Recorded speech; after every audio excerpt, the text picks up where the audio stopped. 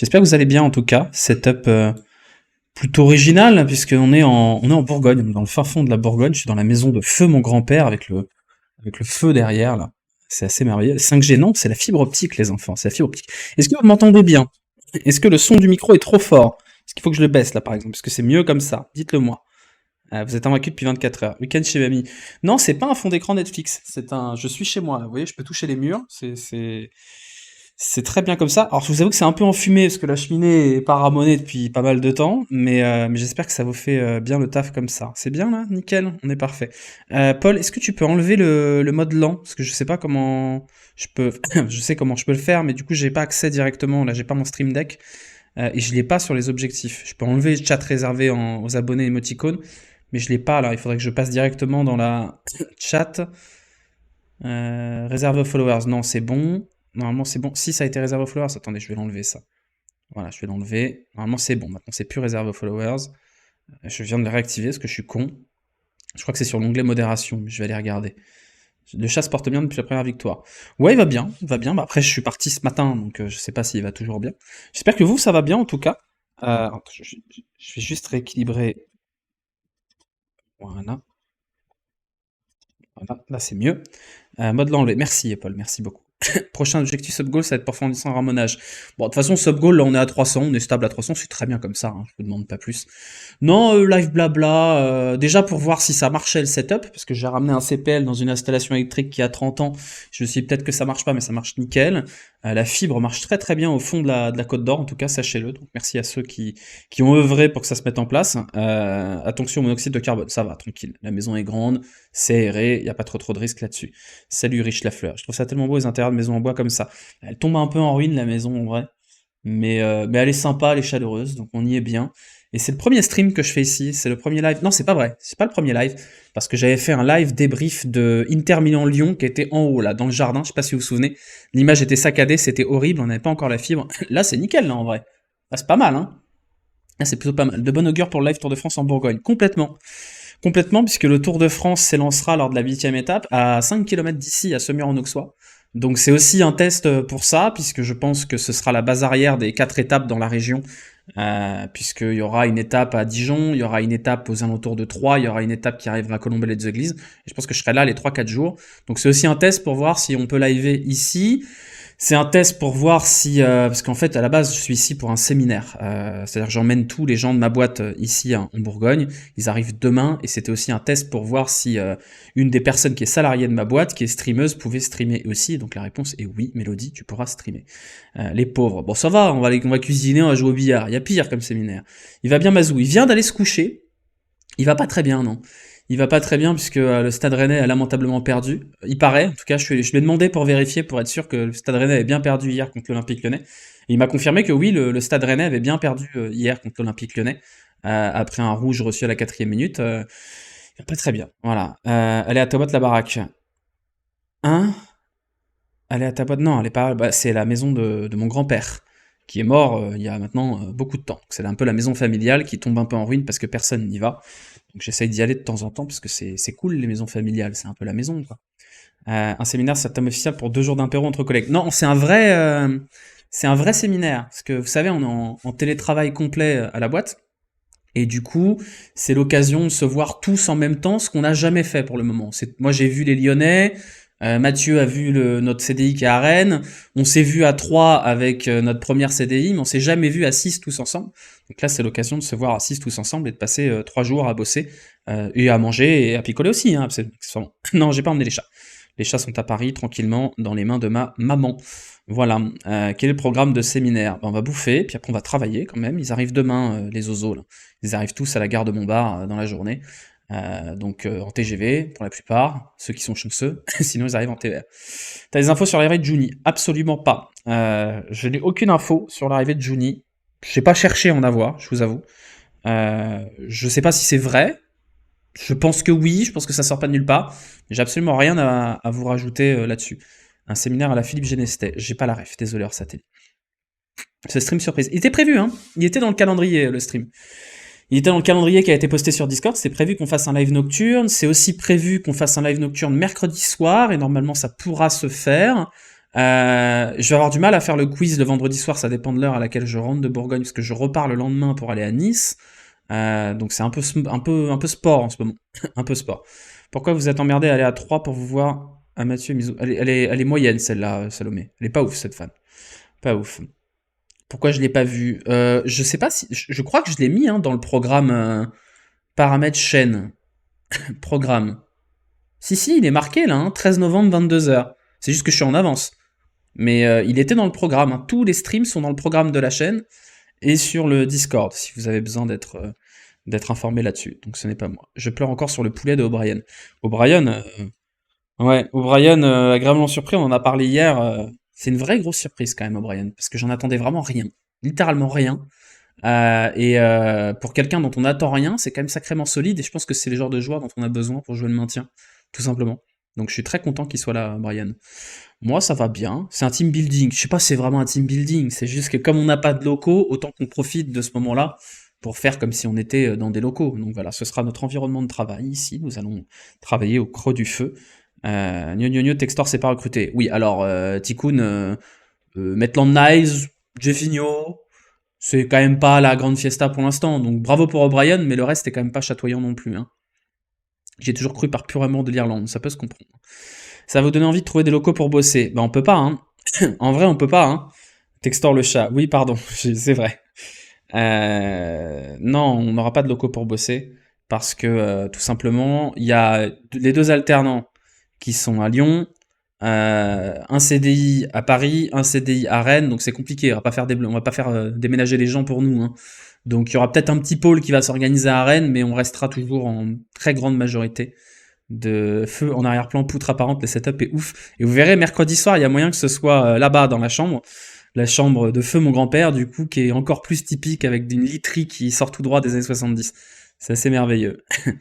Étonnant qu'il soit passé sous les radars anglais. Je sais pas si c'est étonnant, parce qu'il joue en D2, il jouait en D2 belge, donc personne regarde la D2 belge, personne ne connaissait Jake O'Brien. Et à Crystal Palace, il n'était pas sorti de la réserve, donc finalement c'est plutôt logique qu'il soit passé sous les radars. Puis il a pas trop eu l'occasion de montrer ses talents, donc c'est une bonne surprise. C'est une vraie bonne surprise. Moreira qui ne fait aucune erreur sur le dernier match. Tu sais pas, ça se trouve il a planté un tweet, hein, tu sais pas. Azou qui essaye de faire du lobbying pour ramener tout le monde à Rennes. Bah, déjà il a recruté, de toute façon c'est pas compliqué, on a recruté une Bretonne, et on a recruté un Breton qui habite à Rennes. Donc forcément c'est plus facile de faire du lobbying quand on recrute des Bretons. Hein. Les fans de Molenbeek, on disait le premier bien. Oui, mais ça reste Molenbeek, ça reste la D2 belge. Donc j'ai envie de vous dire que les fans du Havre disaient beaucoup de bien de Tino Kadewere aussi, donc ça voulait rien dire. Maintenant, tant mieux, hein, l'adaptation est claire, dans des conditions qui sont compliquées, vraiment tant mieux, quoi. JRA Molenbeek, ça dit quoi? Bah apparemment ça se passe pas trop mal. Hein. Mazou est pro anti-Genesio. Il est anti-Genesio depuis bien longtemps. Il était anti-Genesio avant même tout le reste, quoi. Elle est bon les Bretonnes, oui. Bon, les Bretons, de toute façon, c'est des valeurs sûres. C'est pas un décor, hein, les gars. Hein. C'est pas du tout un fond vert. Si vous voulez, je vais retourner la bûche derrière. Hein. C'est pas une métaphore sexuelle.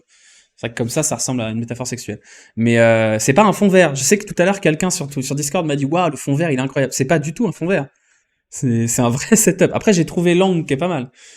L'angle est pas mal, hein, faut pas se mentir, c'est pas mal. C'est du bon taf quand même. 35 km/h O'Brien. J'ai pas vu cette stat, mais elle est folle en vrai. Elle est folle. O'Brien, attends, je vais baisser un petit peu parce que j'ai l'impression que je vais dans le rouge là sur le micro. Tu devrais prendre le fond vidéo et te faire un fond vert avec. Ça, c'est pas con ça. Ça, c'est vraiment pas con. J'avais pas pensé.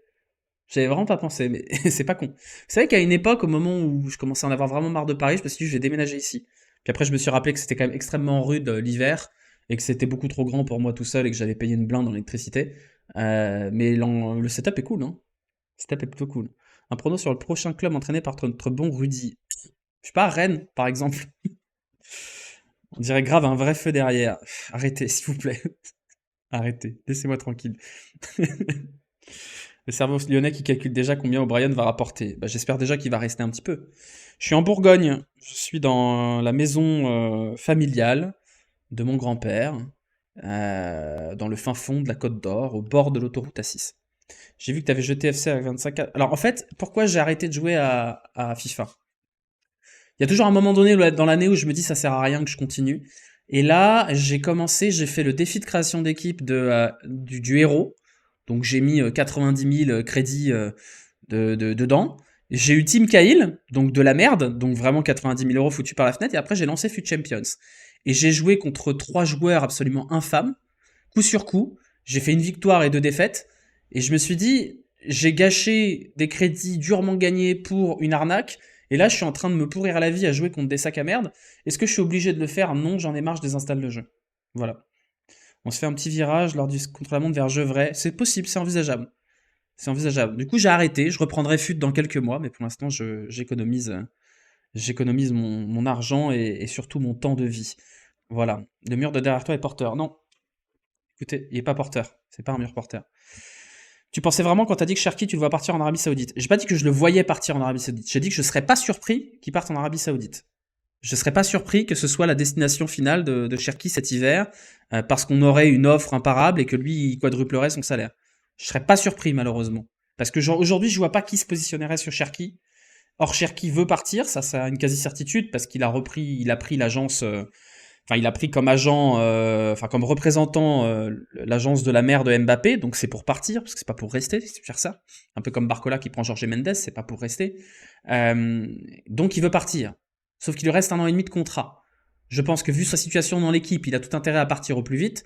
Le club aussi a intérêt à le vendre au plus vite. Donc je serais pas surpris s'il était vendu cet hiver. Et s'il est vendu cet hiver, où va-t-il aller? Parce qu'il n'y a pas de gros club sur lui. Donc la seule option financière qui serait intéressante, c'est l'Arabie Saoudite. Est-ce qu'il ira? Je pense pas, je sais pas. Mais si jamais ça arrivait, je tomberais pas des nues. Vous voyez ce que je veux dire? C'est pas Rotten son agent. Jamais joué à FIFA, je jouais à FIFA mobile. L'année dernière, j'ai réinstallé, je me suis rendu compte que c'était encore pire en termes de pay to win. C'est pas le problème de FIFA, c'est pas le problème de IFC, puisque maintenant c'est IFC. C'est pas vraiment le pay to win, parce que le jeu est pas foncièrement pay to win, parce que le skill gap, si vous avez une bonne équipe, vous pouvez très largement battre quelqu'un de moins bon que vous avec une énorme équipe. Généralement, d'ailleurs, ceux qui jouent avec Eusebio, Pelé, tout ce que vous voulez, sont pas forcément les meilleurs joueurs.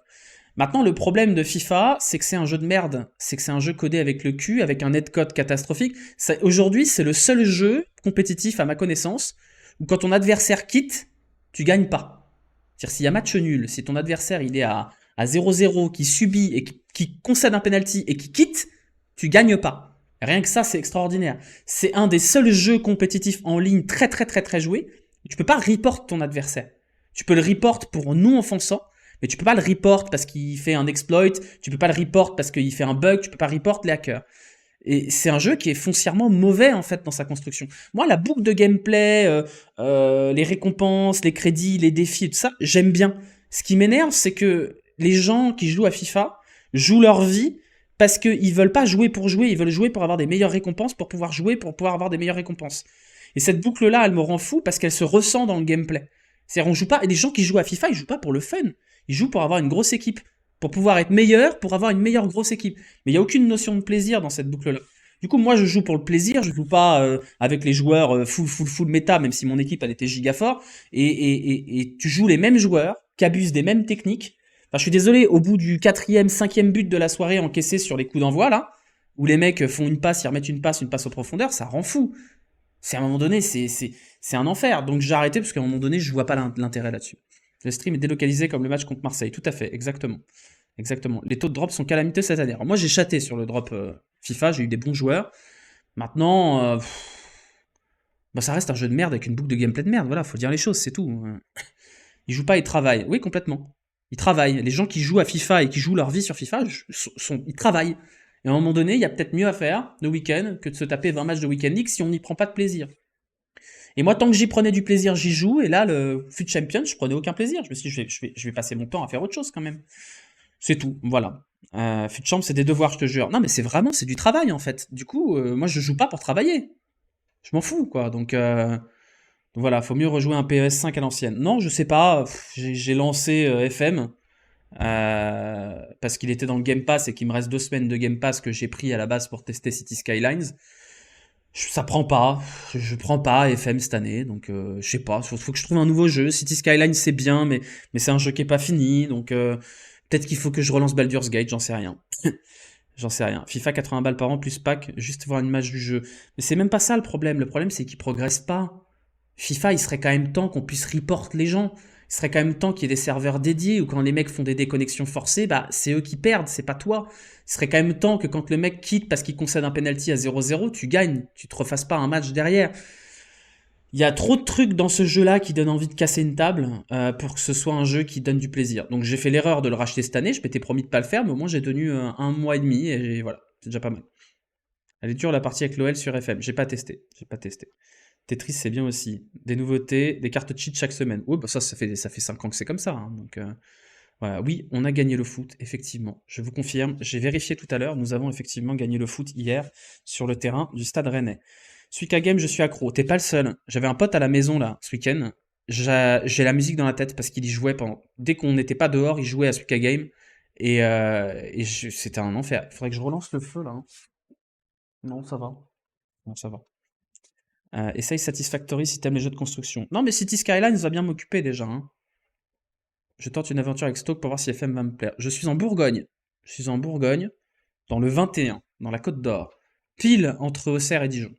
Voilà, je suis dans la maison de mes parents, enfin de mes grands-parents. Ils sont plus là, RIP. Ça fait 18 ans maintenant. Mais voilà, donc la maison familiale, qui est encore là, à nous, parce que c'est de plus en plus dur de la garder et de la maintenir en état. Voilà, merci Pompavelao, merci D9 Canard pour les abonnements. Je sais pas si j'en ai raté d'autres, mais merci à vous, les gars, ça fait très plaisir. Tu es en terre de Ligue 2? Oui, je suis en terre de Ligue 2, complètement. J'ai prévu de lancer enfin Disco Elysium, j'ai gratos sur la Beau PS Plus. Disco Elysium, c'est super difficile d'accès parce que c'est un vrai RPG très très bavard, comme Benjamin, où vraiment il y a beaucoup beaucoup beaucoup de lecture. Par contre, c'est un jeu extraordinaire en termes de narration, c'est fou. Mais disons que pour aimer Disco Elysium, il faut aimer lire des livres. Vous voyez ce que je veux dire? Moi, j'ai eu beaucoup de mal à accrocher. Je suis pas allé au bout parce que c'est très long, comme Baldur's Gate, et je suis capable de vous dire que c'est des excellents jeux, mais c'est pas trop ma cam. C'est pas trop ma cam. Je vais pas inviter Guimou dans le stream. J'ai déjà invité un jour ici, à l'époque où il habitait encore en Bourgogne. Maintenant, il habite plus en Bourgogne, hein, Guimou. Puis maintenant, il est de droite surtout. Puis bien, bien à droite. Du coup, bah, je l'ai pas invité. Mais voilà. T'es chez Romano de Skyrock, avoue la ref à l'ancienne. J'ai pas la ref à l'ancienne. J'ai Romano de Skyrock, mais j'ai pas la ref par rapport en Bourgogne. T'es en repérage pour les matchs de l'OL la saison prochaine. Je suis en repérage pour le Tour de France. Tour de France s'élancera de 5 km d'ici. Alors, il passera pas devant la maison. C'était le cas en 2007, mais pas cette année. Donc oui, je serai là cet été, ouais. Romano était à Autun. Ah, c'est pas exactement à côté, Autun. C'est plus haut, hein. C'est pas en Côte d'Or, Autun. C'est dans la... Attends, c'est où, Autun? Non, c'est pas dans l'autre... C'est pas en Côte d'Or, hein. C'est plus bas, hein. Une caisse de Chablis comme Guérou. Chablis, c'est pas loin. Chablis, c'est à... Bah, de toute façon, Chablis, c'est à 1 heure de route. C'est au-dessus d'Auxerre, à côté d'Auxerre. 71, ouais, voilà, 71. C'est chez Clémentine, oui, oui, oui, bien sûr. Je connais la tronche de Guim. Je connais son nom aussi. Je fais partie c'est le secret. Châtillon-sur-Seine, c'est plus bas Châtillon-sur-Seine. Non, c'est plus haut Châtillon-sur-Seine. Plus haut. Nasser Chablis. Nasser Chablis, excellent. Bravo, sharpshooter. J'ai pas le stream deck, on peut pas t'applaudir, mais très très bien. Nasser Chablis, c'est une très bonne vanne, c'est validé. Merci Sacha Touille pour le prime. Question qui me turlupine. On dit Metz ou Metz et Auxerre ou Auxerre? On dit Metz et on dit Auxerre. On dit pas Auxerre. Comme on dit pas Bruxelles. On dit Bruxelles et Auxerre. Christophe Coquard, Pascal Veirieux. Ça y est, c'est parti. Je vais plus vous arrêter là. Normalement, vous aurez peut-être un stream cuisine mercredi soir. Ce sera pas sur ma chaîne. Ce sera sur la chaîne de Mizou. C'est pas encore sûr. Faut qu'on puisse mettre le setup. Il y aura peut-être un stream cuisine mercredi soir. Et après, il y aura un stream nocturne chez moi. Et on dit Rhodes. Ah bon, on dit Rhodes, on dit pas Rodez? Ça, je savais pas ça, tu vois. Je savais pas qu'on disait Rhodes. C'est vrai ou pas? On dit Rodez. Annonce de la recette. La recette, c'est un chicken katsu curry, je crois. Je crois que c'est ça. Et je la laisserai faire. Si tu aimes les poisses, on en fait juste à côté du fermier. C'est le seul endroit en France où tu peux en trouver. Je sais bien, hein, les poisses, ça a 5 bornes. Je connais les poisses, quand même. Berthaud. On connaît Berthaud ici, monsieur. On en bouffe depuis 30 ans de les poisses. Puis, il y en a qu'un seul, un vrai poisse. C'est celui-là. Ça n'existe pas comme plat. Si, si. si. Les deux sont tolérés, Rhodes c'est le vrai. D'accord, mais j'apprends un truc hors satellite, tu vois. Alors non, c'est pas un bon fromage, les poisses, c'est le meilleur du monde. Il n'y a pas de débat possible, les poisses c'est le meilleur fromage du monde, je crois qu'il a été élu meilleur fromage du monde récemment, là. C'est une bénédiction des dieux, et je suis pas croyant, mais je suis prêt à faire une exception pour les poisses, parce que c'est forcément divin. Les poisses fermiers de la ferme des marronniers où je suis fromager. Alors, la ferme des marronniers. La ferme des marronniers. Où c'est la ferme des marronniers? Parce que tu me dis ça, moi j'arrive demain. Hein. Ferme des marronniers et Poisse. Ok. Alors, où c'est? Fromagerie des marronniers. Non, c'est pas ça. C'est la ferme des marronniers à côté des Poisses. C'est où? À Origny-sur-Seine? C'est un peu loin ça, non? Non, c'est là, ferme des marronniers. Attends, je zoome, je zoome, je zoome. Je la trouve pas, la ferme des marronniers. J'en ai deux là. J'en ai une qui est loin, hein. Elle est derrière mon bar et tout, c'est celle-là? C'est loin de chez moi ça. À côté de Saint-Marc? C'est ça, à côté de Saint-Marc?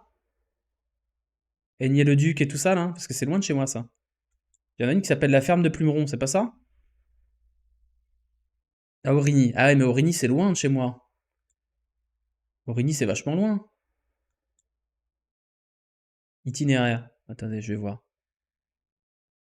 Votre position, voilà. Oui, Google. Ah ouais, mais c'est loin de chez moi ça. C'est vachement loin, c'est à 4 heures de route. Non, c'est pas ça. Si, c'est ça. Pourquoi 4 heures de route? Mais qu'est-ce qui me met en Alsace là? N'importe quoi. Donc ma fille me localise en Alsace. Ah, c'est quand même 1 heure de route de chez moi. C'est 1 heure de route, malheureusement. Donc je ne viendrai pas chercher. Je suis à côté des Poisses. Je suis entre les Poisses et Semur-en-Auxois, de là où je suis. Donc c'est 47 minutes de route. C'est un peu loin quand même. Un peu loin.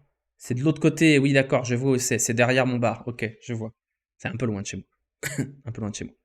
1 heure pour du fromage, ça vaut le coup. Bah, ouais, mais le problème, c'est que j'ai les poisses à littéralement 5 kilomètres. Donc je sais où aller chercher, les poisses, moi. Mon bon monsieur. C'est bien. Cette musique, je peux pas m'empêcher de penser à The Office. C'était laquelle? Celle de avant, là? Après, pour un pur fromage, 1 heure de route, je l'ai fait. Moi aussi, mais là, on est là pour le travail. Peut-être cet été. Peut-être cet été. Ah oui, Goodbye Toby, pardon. Cherki, c'est pas un candidat top chef prometteur qui part en deuxième semaine. C'est peut-être ça, ouais. La comparaison est bonne. La comparaison est validée. Tu trempes les poisses dans le café. J'invite toutes les personnes qui n'ont jamais trempé des poisses dans le café à le faire et à venir commenter ça après. Parce que moi aussi, j'étais comme vous. Moi aussi, je trouvais ça infâme comme idée de tremper du fromage dans du café. Et un jour, je l'ai fait. Et un jour, je l'ai fait. Et depuis, je fais partie de cette caste de gens qui savent. Qui savent ce que c'est que le vrai bonheur. Donc faites-le et on en reparle après plus tard. Ouais, j'ai rajouté des petits trucs dans la playlist de stream, là. Des trucs un peu vieux, un peu sympas, là. Le Minster avec la Mirabelle, bien sûr, le Minster avec la Mirabelle, bien sûr. Évidemment. J'arrive pas avec l'odeur du café, c'est grave. C'est pas grave, hein. Il y a des gens qui aiment pas le café. Moi, j'adore ça. Je peux pas vivre sans café, mais voilà. Ça peut se faire cuit comme le maroilles, les poisses. Tu peux faire. Enfin, le mieux, c'est cuit, non. C'est pas foufou. Tu peux faire une omelette à les poisses. L'omelette à les poisses, c'est pas mal. Mais cuit, c'est un peu du gâchis, les poisses. Forme d'Ambert avec confiture. La confiture de cerise noire, les enfants. Le meilleur pain pour déguster du fromage. Un bon pain, un bon pain de campagne, une grosse boule. Tu coupes en grosses tranches que tu mets au grille-pain. Et ça, c'est le bonheur. Après, tu mets une petite confiture de cerise noire par-dessus. Tier-list fromage. Les poisses, puis tout le reste derrière. Voilà, une miche. Une miche, ouais. De poulet frites sauce et poisses. Comment ça, poulet frites sauce et poisses? Je crois qu'on l'a déjà fait en plus, les tier-list de fromage. On l'a déjà fait. Donne la dalle ce live. Bah, je vous dis, on aura peut-être un live cuisine. Parce que là. Attendez, je vais vous montrer là. On va visiter. Vous voulez qu'on fasse un MTV Cribs là? Alors, je peux pas bouger beaucoup la caméra. Vous avez la caméra, vous avez la cuisine qui est juste là. Donc voilà, il y a de quoi faire un petit setup là. Je peux pas la tourner plus que ça la caméra. Si je peux, regardez. La cuisine qui est là. Hop. On peut faire un live cuisine sans trop de problème. Même zoomer sur. Regardez, on peut zoomer là. On peut zoomer sur ce très très beau tableau d'un oiseau. Je sais pas ce que c'est. Quoi comme oiseau? La bécasse, pardon, c'est une bécasse, effectivement. Voilà, comme ça vous savez tout. Attendez, je replace la caméra. Voilà, alors que le feu est très clairement en train de mourir. À un moment donné, vous allez me voir me lever pour aller retourner la bûche. Encore une fois, ce n'est pas une métaphore sexuelle. Hop. On aura du City Skyline ce soir. Non, probablement pas ce soir. Je viens de l'installer là sur le PC portable. Je suis pas sûr que le PC portable apprécie City Skylines plus le stream. Donc on peut la tenter éventuellement. Mais j'ai des doutes. Et le problème, c'est que j'ai 2 écrans. Mais compliqué. Compliqué, faut que j'essaye. Je t'offre du bagne, roi des fromages à raclette. Je connais pas. Je connais pas du tout. À l'ancienne, avec un maillot rétro de l'OL, là, et moustache de Domenech. Non, il n'y a pas de... C'était Maïté au fond des cuisines. Non, non, mais je peux pas. J'ai pas mon stabilisateur, sinon je vous ferais bien visiter. Je sais que Mizou a promis un stream matinal de billard aussi. Moi, je serais pas levé.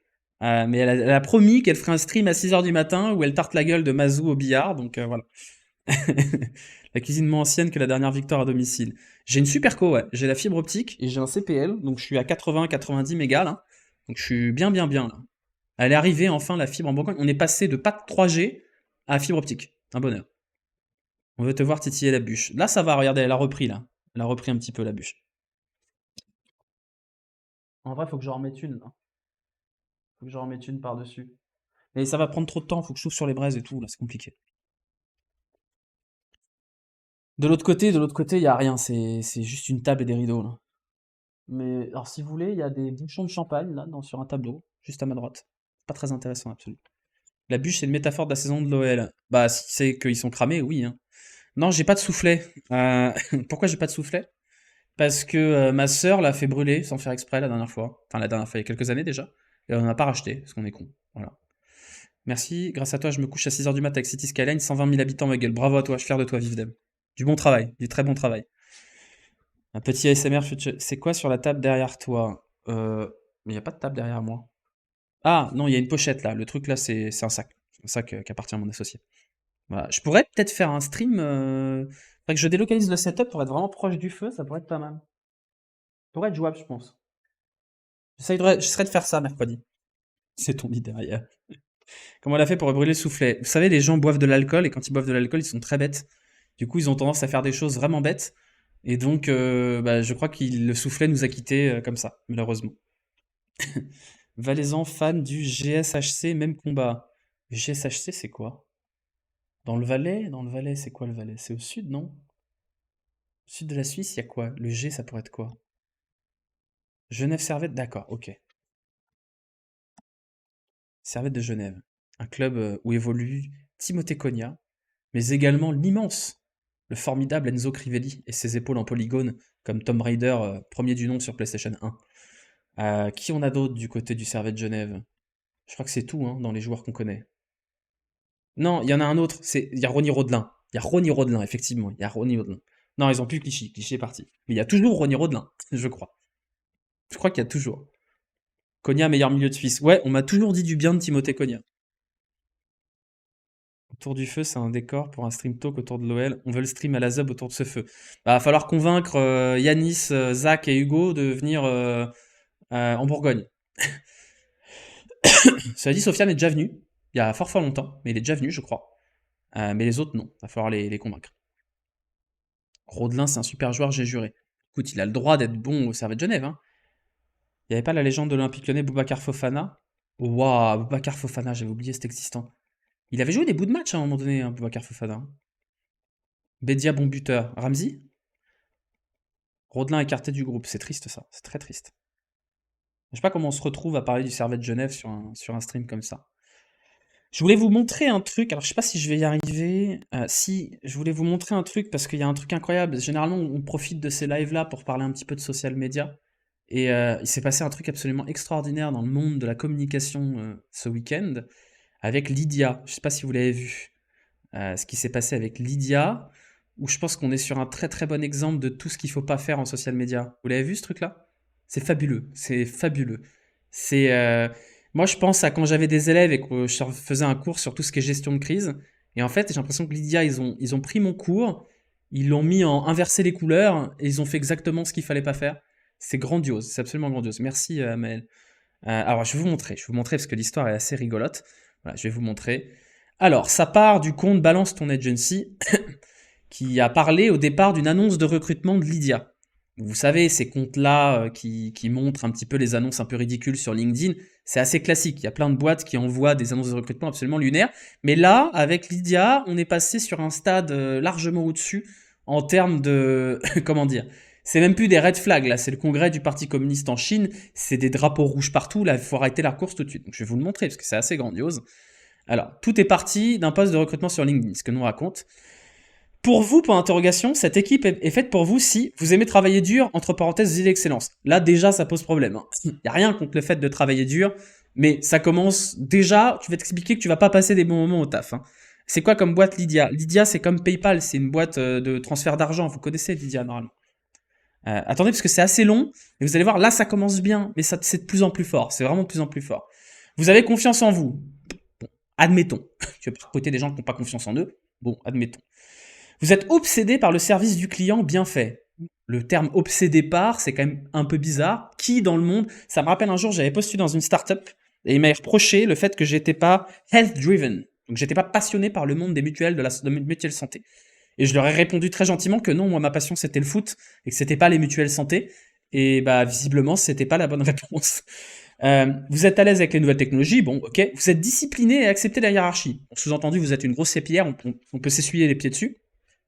Vous aimez travailler côte à côte avec vos collègues, vos supérieurs et vos équipes. Donc déjà, télétravail, open space, télétravail, on enlève, open space. Et attention, c'est là où ça devient grandiose. C'est là où ça devient vraiment grandiose. Vous êtes prêt à faire de Lydia votre seule grande entreprise jusqu'à votre retraite. Bon, ça s'appelle une secte. Voilà, c'est un langage de secte, ça. Vous assumez aussi bien l'inconfort des échecs répétés que la célébration de quelques réussites. Alors déjà, t'es mal à bête de phrase, mais ça veut dire quoi? L'inconfort des échecs répétés et la célébration de quelques réussites. C'est quoi? C'est l'Olympique Lyonnais? Faut célébrer les défaites et enfin, c'est quoi? Pardon? Donc là, vous vous dites, bon, là, vous vous dites, vous avez des passions dans la vie, la mutuelle santé. Non, c'est exactement ça.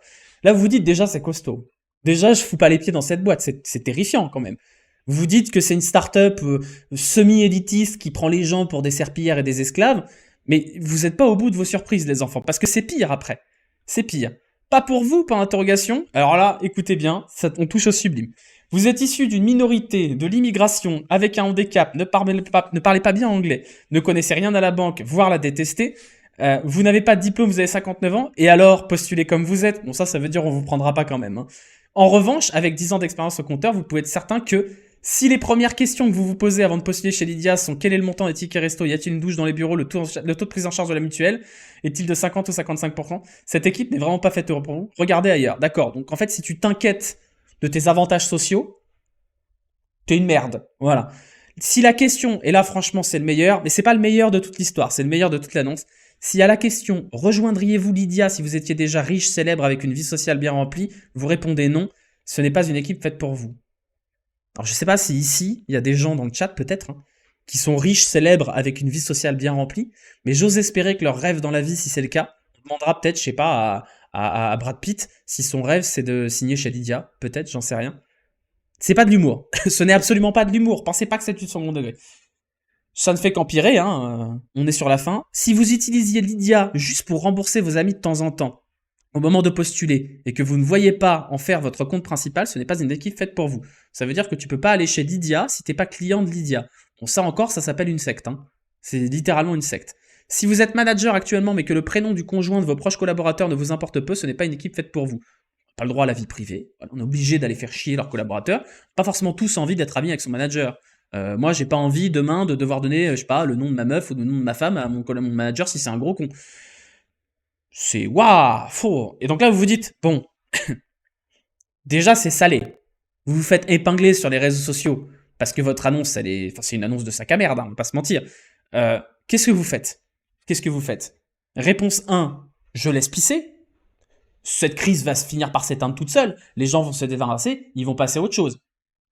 Oui, ça c'est la bonne réponse. Ça. Si jamais votre agence, votre boîte, elle est dans une sauce comme ça, la meilleure réaction à faire, parce que c'est pas grave ça, c'est pas des propos racistes, c'est juste une annonce ridicule, vous laissez pisser. Vous laissez pisser, dans 2 jours c'est fini.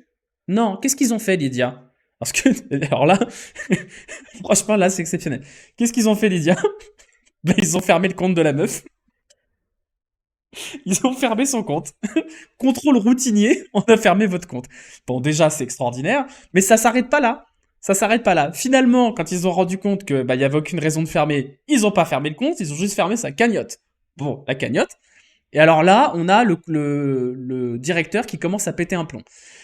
Donc, évidemment, ils se font épingler, évidemment, ils se font insulter partout, les gens commencent à dire « Lydia, vous êtes pas très très cool, vous êtes un peu pas ouf comme entreprise ». Alors là, regardez les commentaires. postée par Lydia, l'entreprise Lydia, hein, même pas le directeur général, l'entreprise Lydia, sur les réseaux sociaux.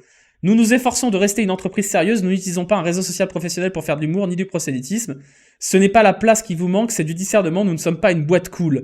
Nous ne sommes un poison que pour votre petit monde, celui des nombrilistes qui ne pensent que le monde qu'à travers eux et que pour eux, et apprentis autoproclamés justiciers et des dictateurs moraux, ignorants de la diversité. Le monde est bien plus vaste et divers que vous ne semblez l'imaginer, mais surtout des faits, et pas vraiment curieux. Vous assénez vos vérités et jugements là où personne ne vous l'a demandé. Avec quelle légitimité? Dans quel but? Vous n'aidez personne, vous ajoutez du bruit au bruit déjà ambiant. Waouh. C'est Misola, hein. Il en avait des choses à dire, hein, le mec, hein. Wow, il y en a des mots, là, hein. Non, mais c'est un malade. Vous avez manque de confiance en vous. Le manque de confiance est un réel sujet qui peut entraîner un mal-être dans la vie professionnelle et personnelle. Une mise à l'écart de la personne est une réelle souffrance.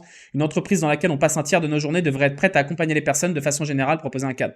Absolument. Et il est grandissant, c'est pourquoi nous le sommes et nous faisons tous les jours. C'est un devoir. N'étant pas des pervers en ne ciblant pas particulièrement les masochistes moraux, nous n'encourageons pas ceux qui pensent que déjà manquer de confiance. La phrase est légendaire. Écoutez, hein, quand même, réécoutez. N'étant pas des pervers et ne ciblant pas particulièrement les masochistes moraux, nous n'encourageons pas ceux qui pensent déjà manquer de confiance. Et c'est Koh-Lanta.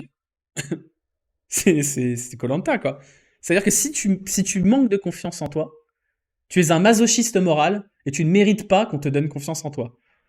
On dirait comment dire, vous savez, les mecs sur TikTok, là, les entrepreneurs, un peu comme quand Thibaut InShape, il dit rien à foutre de ta dépression, rien à foutre de ton manque de confiance en toi. Non, mais c'est lunaire. Ça s'arrête pas là, hein. Ça s'arrête pas là. Ça s'arrête pas là. Il y en a plein des comme ça. Donc derrière, ça c'est le premier épisode. Premier épisode. Deuxième épisode, hop, la deuxième partie, c'est le PDG de Lydia qui pète un plomb. Alors, déjà, il écrit sur Slack. Faut savoir que Lydia, c'est une boîte française. Il écrit sur Slack. Faut savoir que les employés de Lydia sont appelés des Lydians. Donc c'est vraiment une secte en fait. C'est une secte complète quoi. Voilà, donc je vous traduis vite fait le texte en anglais. Vous avez peut-être entendu qu'on a été impacté par des conséquences d'un post que la compagnie a fait sur LinkedIn, la fameuse annonce de recrutement. Pour tout ce que ça vous a causé de négatif, je m'excuse. Jusqu'ici, rien de problème. Ça n'aurait pas dû arriver. Aider les gens à se demander s'ils veulent ou pas devenir des Lydians. S'ils seraient cohérents dans l'équipe de Lydians, ça ne devrait pas provoquer autant de réactions. Pour la première raison, parce qu'il n'y a rien à montrer là-dedans. Si vous l'avez lu de façon sincère et que vous n'êtes pas aveuglé par des biais personnels, à ce moment-là, il n'y a rien à dire et c'est pas leur problème. L'auteur prétend que c'est une forme de justice, mais qui leur a demandé? Est-il qualifié pour ça? Utilise les bonnes méthodes et les bons canaux? Non. Je ne sais pas avec vous, mais je crois en justice. Je crois en la justice. Et Spider-Man et Elon Musk n'ont rien à voir là-dedans. Hein? Pardon? Donc déjà, vous avez le laïus habituel des startups sectaires, où si vous faites pas pleinement partie de la boîte, bah vous êtes une merde. Donc c'est vraiment la bivilude, quoi. Hein. C'est un message de gourou, ouais, exactement. Il explique qu'il y a des experts en communication qui lui auraient conseillé, je cite, de me laisser feuilletonner tout de suite, toute seule. Mais c'est littéralement la meilleure conseil possible. Si vous avez une boîte que vous faites de la merde, vous faites de la merde, et que vous avez quelqu'un qui vient sur votre côte, la meilleure solution, c'est de laisser feuilletonner, de laisser pisser le truc. C'est exactement ce qu'il n'a pas fait. Du coup, qu'est-ce qui se passe? Bah, méga giga bad buzz, parce que le post, il a 1 million de vues quand même. Hein. Le post, il a 1 million de vues, donc bravo Lydia. Il y a plein de gens, je pense, qui ont désinstallé l'appli à côté de ça. Bon, je vous mets ça, parce que vous voyez que le monsieur, il est quand même un petit peu énervé dans son Slack. Mais alors après, qu'est-ce qu'il fait? Il envoie un mail à la meuf de Balance Ton Agency. Bonjour, je suis le directeur général de Lydia. Je vous remercie pour la publicité gratuite que vous nous avez faite sur le compte Balance Ton Agency. Un tel soutien bénévole à une jeune pousse française est trop rare sur Instagram. Si le mec est pas un gros fils de pute, enfin bref. Je dois vous demander d'être plus précautionneuse. En effet, vous semblez donner beaucoup d'importance à ce sujet et l'engouement que suscite cette opportunité, vous publiez des choses que vous ne pouvez pas accepter, que nous ne pouvons pas accepter. Donc en gros, il la menace de plainte en diffamation. Rien complet. Voilà. Il lui fait croire que la fermeture de son compte Lydia, ça n'a rien à voir avec ce qu'elle vient de faire. C'est vraiment une coïncidence assez extraordinaire quand même. Hein. Coïncidence fabuleuse. Je l'ai fait passer pour des personnes racistes ou validistes. C'est vrai que c'est pas du tout désobligeant de mettre tout le monde dans le même paquet comme ils ont fait. Selon le DG de Lydia, je fais des victimes au sein de sa propre société, alors que cette même société a été épinglée pour harcèlement moral et sexuel en 2021. Oh bah dommage alors. Enfin bref. C'est... Voilà. Si vous avez une idée à peu près de comment il faut gérer une communication de crise quand on est une boîte et qu'on se fait emmerder sur les réseaux sociaux, vous prenez ça, c'est exactement l'inverse qu'il faut faire. De toute façon, de manière générale, quand vous avez une crise qui n'est pas d'ordre dramatique judiciaire, hein, évidemment, on va pas prendre ça. La meilleure façon de vous en sortir, c'est de fermer votre gueule. Parce que là, cette annonce-là, si vous réagissez pas en tant qu'entreprise, dans 2 jours, tout le monde passe à autre chose. Alors oui, vous avez pris un bad buzz, vous avez des gens qui vont dire Lydia c'est de la merde, qui vont dire les employés de Lydia c'est des sectaires emmenés par un gourou visiblement très très mégalo et égocentré. Mais ça passe, tout passe sur les réseaux sociaux. À partir du moment où vous n'avez pas volé 1 million d'euros à tous les clients de Lydia, ça va passer. Donc il n'y a aucun intérêt à réagir. Donc là, c'est vraiment le cas d'école, quoi. Le cas d'école, comme le. Ouais, ouais. C'est pas un bad buzz comme le slip français. Oui, mais même le slip français, en vrai. Le slip français, c'est un employé qui a fait de la merde. Il fallait réagir parce que c'était relativement grave. Là, c'est pas grave. C'est juste ridicule. C'est un peu grotesque. Mais juste accepter que c'est ridicule et grotesque et passer à autre chose, quoi. Peu importe ce qu'ils répondent, ça empire le truc. Là, vous pouvez pas vous sortir de ça en répondant. Parce qu'il n'y a pas de débat à avoir, il n'y a pas de mesure à prendre. Quand vous avez, comme c'était le cas dans le slip français, quand vous avez des trucs, des gens qui ont fait des actes racistes, là vous devez réagir, vous devez vous désolidariser en tant que boîte pour garder votre image. Là, il n'y a pas à se désolidariser de quoi que ce soit, c'est une annonce de recrutement. Donc il y a, littéralement, ça sort de la boîte. Et il n'y a rien d'illégal, il y a juste, c'est juste toxique en fait. Donc fermez votre gueule, passez à autre chose, et tout le monde aura oublié d'ici 3 jours ce truc-là. Et probablement que s'ils avaient fermé leur gueule, personne l'aurait vu, et moi j'en aurais pas parlé. Donc là, le problème, c'est que le premier post, il a fait 1 million de vues. Donc il y a plein de gens qui vont le voir, il y a plein de gens qui vont relayer dans les médias ce qui s'est passé du côté de Lydia avec cette annonce-là. Ils vont passer pour des cons en Mondovision. C'est ce qu'on appelle l'effet Streisand. J'en ai déjà parlé un demi-milliard de fois. Vous connaissez très bien l'effet Streisand de l'Olympique Lyonnais et coutumier du fait. L'effet Streisand, c'est quoi? C'est quand vous avez un problème, une crise médiatique, un problème médiatique, et que vous allez essayer d'endiguer ce problème médiatique de façon démesurée, vous allez le rendre visible auprès de tout le monde. Ça, je vous ai déjà parlé de ça 1000 fois, parce que c'est vraiment la base du social media. C'est-à-dire qu'à un moment donné, il y a des choses contre lesquelles on peut pas gagner, donc il faut laisser pisser. C'est comme ça. Oui, c'est en lien avec Barbara Streisand. L'effet Streisand, ça part d'une photo qui a été publiée dans un magazine de Géo, je crois, d'une façade de la mer, de falaise sur la mer. Et il se trouve que sur cette photo de falaise sur la mer, il y avait la maison de Barbara Streisand. Et Barbara Streisand, ça la faisait chier qu'il y ait une photo de sa maison. Du coup, elle a collé un procès au magazine, et du coup, en collant un procès au magazine, tout le monde s'est emparé de l'affaire en disant Barbara Streisand colle un procès au magazine parce qu'on voit sa maison. Du coup, la photo de la maison, tout le monde l'a vue. Bah, c'est ça l'effet Streisand. C'est-à-dire qu'en voulant cacher sa maison, en voulant cacher le petit problème qu'elle avait, elle a fait de son problème un truc visible par tous. C'est littéralement ce qu'a fait Lydia sur cette affaire-là. C'est un tout petit problème à la base. Vous vous faites épingler par un compte Twitter parce que votre annonce de recrutement elle est ridicule. Tout le monde s'en tape. C'est pas ça qui va ruiner la boîte, c'est pas un enjeu de boîte. Donc fermez vos gueules, laissez pisser. Là, ça devient un enjeu de boîte parce qu'il y a plein de gens qui vont boycotter. Voilà. Je ne saurais que conseiller au président de Lydia de prendre contact avec 2017. Complètement. Complètement. McDo sort aussi un communiqué à cause d'un boycott sur Twitter. De manière générale, c'est pas toujours vrai, mais dans 95% des cas, quand vous avez des gens ou des boîtes qui réagissent à une situation de crise sur les réseaux sociaux, ça se passe jamais bien. Ça indique jamais les problèmes. Dans 5% des cas, ça peut marcher. Si par exemple, je sais pas, vous avez un employé qui a fait un salut nazi dans un McDo et que McDo dit on l'a viré, c'est pas nos valeurs, on est scandalisé, oui, là c'est la réaction qu'il faut. Mais dans 90-95% des cas, ça fait qu'empirer la situation. La com de crise, c'est ça, hein. C'est à un moment donné, la bonne réponse à la com de crise, c'est de fermer sa gueule et de laisser pisser dans la majorité des cas. Voilà. Donc je voulais qu'on parle de ça parce que j'ai trouvé ça très drôle de voir qu'il y a encore des boîtes en 2023 et bientôt 2024 qui font ça. Et ça, c'est des décisions qui sont menées par l'ego. C'est juste le PDG de Lydia qui a un ego monumental et qui prend presque en otage la parole de sa boîte et donc de ses employés pour passer pour un connard en Mondovision. C'est terrible quand même. C'est terrible d'être aussi nul en communication. C'est la base absolue. Donc voilà, enfin bref. La com de crise, exactement. La com de crise. La com de policier. En même temps, le gars, il se sent dessus de tout le monde avec mes conseillers, m'ont dit de pas réagir, mais je le fais quand même. Mais ça, c'est la grande classique. C'est la grande classique, c'est que les gens qui ont beaucoup d'ego comprennent pas qu'il y a quand même des bases en communication et que c'est pas parce que t'es patron et que t'as l'air très intelligent que tu vas réussir à te dépatouiller des réseaux sociaux. Dire que le CEO a dû sortir d'une école de commerce, oui, possible. De toute façon, une école de commerce, des gens comme ça, vous en croisez plein. Hein. Donc, Le pauvre mec de la com de Lydia qui a vu le carnage en live. À mon avis, le mec de la com de Lydia, il était là avec son extincteur pendant que l'autre soufflait sur les braises, hein. Donc, oh la vache. C'est pas le CM qui a parlé sur les réseaux. C'est pas le CM, c'est le patron directement qui communique. Le CM, il prend pas le risque de parler comme ça, c'est pas possible. Vous êtes CM, vous allez pas parler au nom de la boîte en des termes comme ça. Mais alors le côté, non, non, nous on est une start-up élitiste, et allez vous faire foutre un petit peu, ça suffit. Ça va. Zach lance son stream, on doit lui dire qu'il ne doit plus retourner au stade. Oui, dites-lui, ouais. Mais dites-lui gentiment. Soyez pas agressif, soyez pas con. Il dit pas non, vas-y, on va venir te chercher, tout ça. Non, non, soyez gentil avec lui. Mais dites-lui, ouais. Le club doit avoir un discours ultra policé. Le CM, de toute façon, il peut pas prendre de risques, hein, à moins qu'il ait droit de prendre des risques, comme, je sais pas, celui de Netflix, celui de Winamax. Un CM, il prend pas de risques. Sinon, il se fait virer. Il y a rien à gagner à prendre des risques quand vous êtes CM.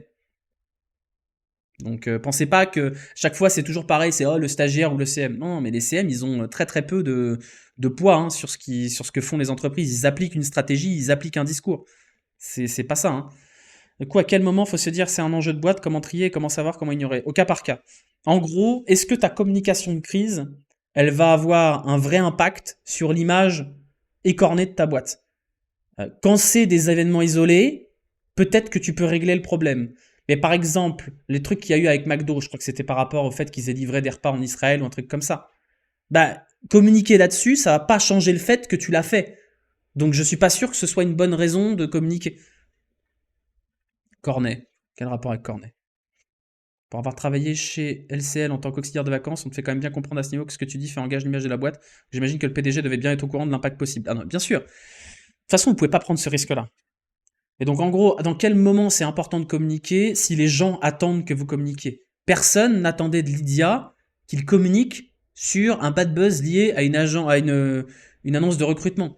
Et si vous voulez communiquer là-dessus, c'est pas en communiquant en disant non, de toute façon, vous êtes des cons, des feignants et des gauchias. À ce moment-là, c'est dire cette annonce, elle a été écrite par un chargé de recrutement un peu nul, on l'a retirée, on est désolé, ça représente pas les valeurs de l'entreprise. C'est pas en communiquant en disant vous avez rien compris, vous êtes des cons que ça va marcher, hein. Pour arrêter le boycott pour McDo, c'était important. Bah, ça n'a pas vraiment marché pour le coup. Pas vraiment marché. Je vendais des poulets sur les marchés à Paris au patron de Lydia. Je confirme pour l'ego, ils sont pas dans le même monde que nous. Ils ont pas envie d'être dans le même monde que nous. C'est différent. C'est différent. Moi, j'ai pas postulé d'ailleurs. On m'a fait passer des process de recrutement dans certaines startups. Et c'est. Même dans celles qui sont sympas, il y a une ambiance chelou quand même, hein. Il y a une ambiance un peu chelou. Donc, t'as une idée pour trouver une alternance en informatique avant la fin du mois. Alors là, ce genre de com, ça ressemble à un TEPACAP lors d'une soirée alcoolisée entre potes. C'est des concours de bits, c'est que de l'ego. C'est que de l'ego. Donc voilà, je sais pas. Enfin, je sais pas quel intérêt d'avoir fait ça, je comprends pas la logique de répondre comme ça. Il y a que du négatif qui peut sortir d'une communication comme ça. Parce que Lydia, t'es quand même sur une cible qui est quand même très, très grand public. T'es pas sur une cible élitiste. Je veux dire, si demain le patron, je dis n'importe quoi, hein, demain le patron de Ferrari, il y a un bad buzz Ferrari parce qu'ils ont dit que les sales pauvres pouvaient pas acheter leur bagnole. Imaginons, allons dans l'absurde. Demain, vous avez un tweet de Ferrari qui dit MDR sale pauvre, vous pouvez pas acheter de Ferrari. Et vous avez le patron de Ferrari qui dit bah ouais, on emmerde les pauvres. Bon, bah c'est pas bon pour leur image, mais ils s'en foutent. Leur clientèle, c'est des riches. Lydia, c'est utilisé par quand même beaucoup de gens, c'est très grand public. Donc je suis pas sûr que faire comprendre aux gens que ce sont des merdes et que chez Lydia on n'est pas des feignants, on n'est pas des gauchias et qu'on n'est pas des chômeurs, ce soit la meilleure stratégie de com par rapport à leur clientèle. Donc bon, la gueule du bad buzz. Non mais voilà. Fin. Ils font quoi Lydia? Lydia c'est comme PayPal, c'est une appli de paiement entre amis qui se veut maintenant être une appli de banque. En plus c'est un produit qui est relativement cool. C'est un bon produit Lydia. Il y a plein de gens qui utilisent Lydia autour de moi. Mais je suis pas sûr que ce soit bon pour leur image et que les gens aient très envie de communiquer d'utiliser Lydia quand ils voient ça. Le PDG c'est le créateur, j'imagine, ouais. J'imagine c'est une startup donc c'est souvent quoi. Après les réponses aux commentaires sur LinkedIn c'est l'idée de qui parce que ça enfonce l'idée que vous êtes tous stupides, vous avez pas compris une trans.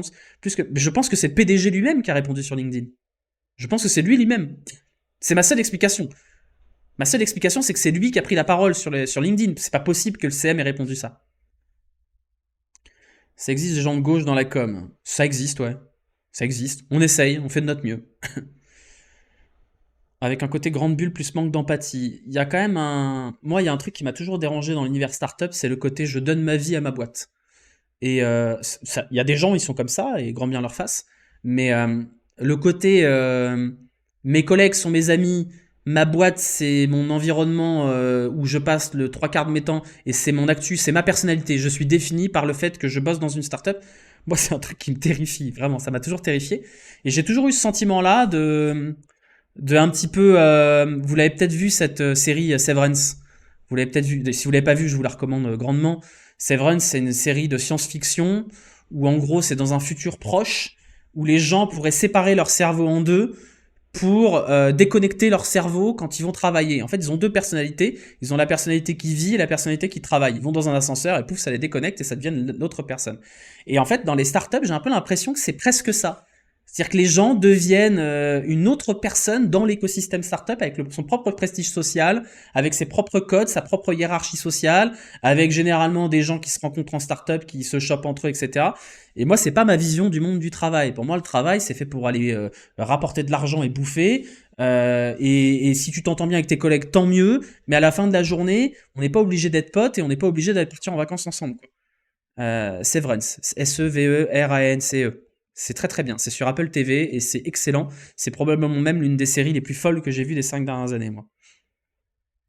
La série de Ben Stiller. Je sais pas si c'est la série de Ben Stiller. C'est avec. Comment il s'appelle? Ah, le mec qui joue dans Parks and Rec, là. Merde. Comment il s'appelle? Adam Scott? Adam Scott, c'est ça. Adam Scott. C'est excellent. Il y a un article des Échos sur le patron de Lydia, voici un extrait. C'est un orateur assez truculent, marrant et provocateur. Il sort des blagues à chaque réunion. Nous sommes même obligés de le rappeler à l'ordre car il est très bavard. Il s'écoute parler, quoi. Les frères Scott. Non, c'est pas pareil, les frères Scott. C'est pas la même chose. C'est bientôt la fin du feu, là, hein. Bon, allez, c'est l'heure. Je reviens. Je reviens.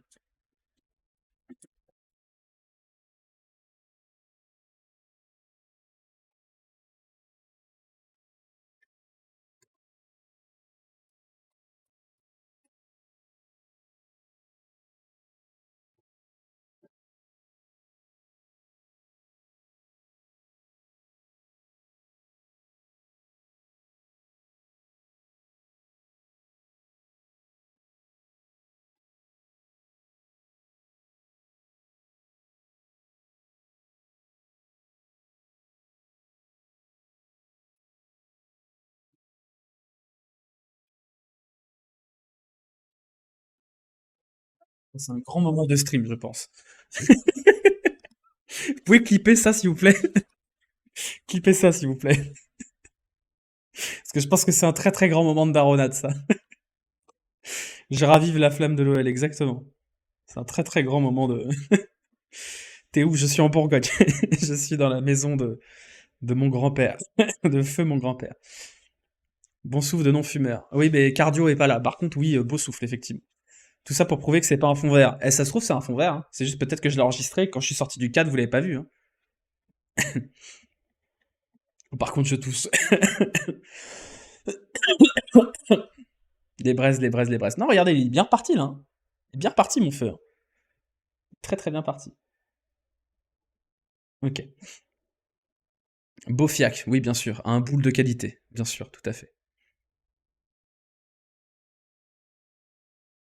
Au fait, comment réagit Moka à la victoire de l'OL? Faut savoir que Moka, elle a dormi de la 55e minute jusqu'à minuit et demi, hein. Qu'elle a rien vu. Elle a pas regardé le match, hein. Elle a regardé le match jusqu'à la mi-temps. Euh, Attendez, c'est parce que je tousse là, je me suis pris la fumée dans la gueule. Tu ferais pas des petits chamallows en parlant des PDG de start-up à la con? Alors en vrai, on critique les PDG de start-up, mais demain, j'ai 4 salariés de ma boîte qui viennent ici, et c'est moi qui leur fais la bouffe, et on va boire des bières ensemble. Donc je suis quand même, et on va jouer au billard aussi.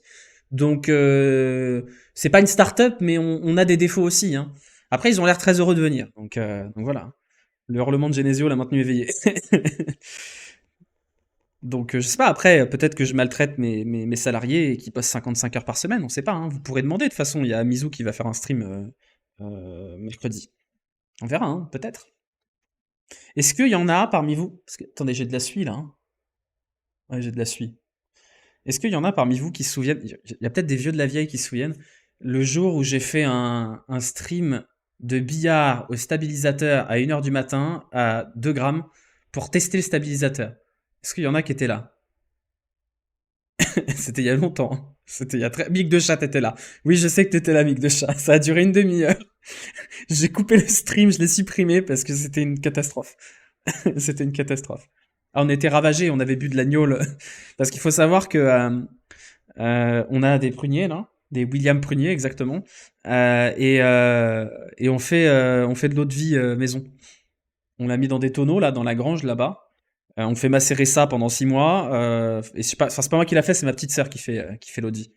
Ma petite sœur qui a aucun sens. Mais bref. Et donc on fait notre propre gnôle.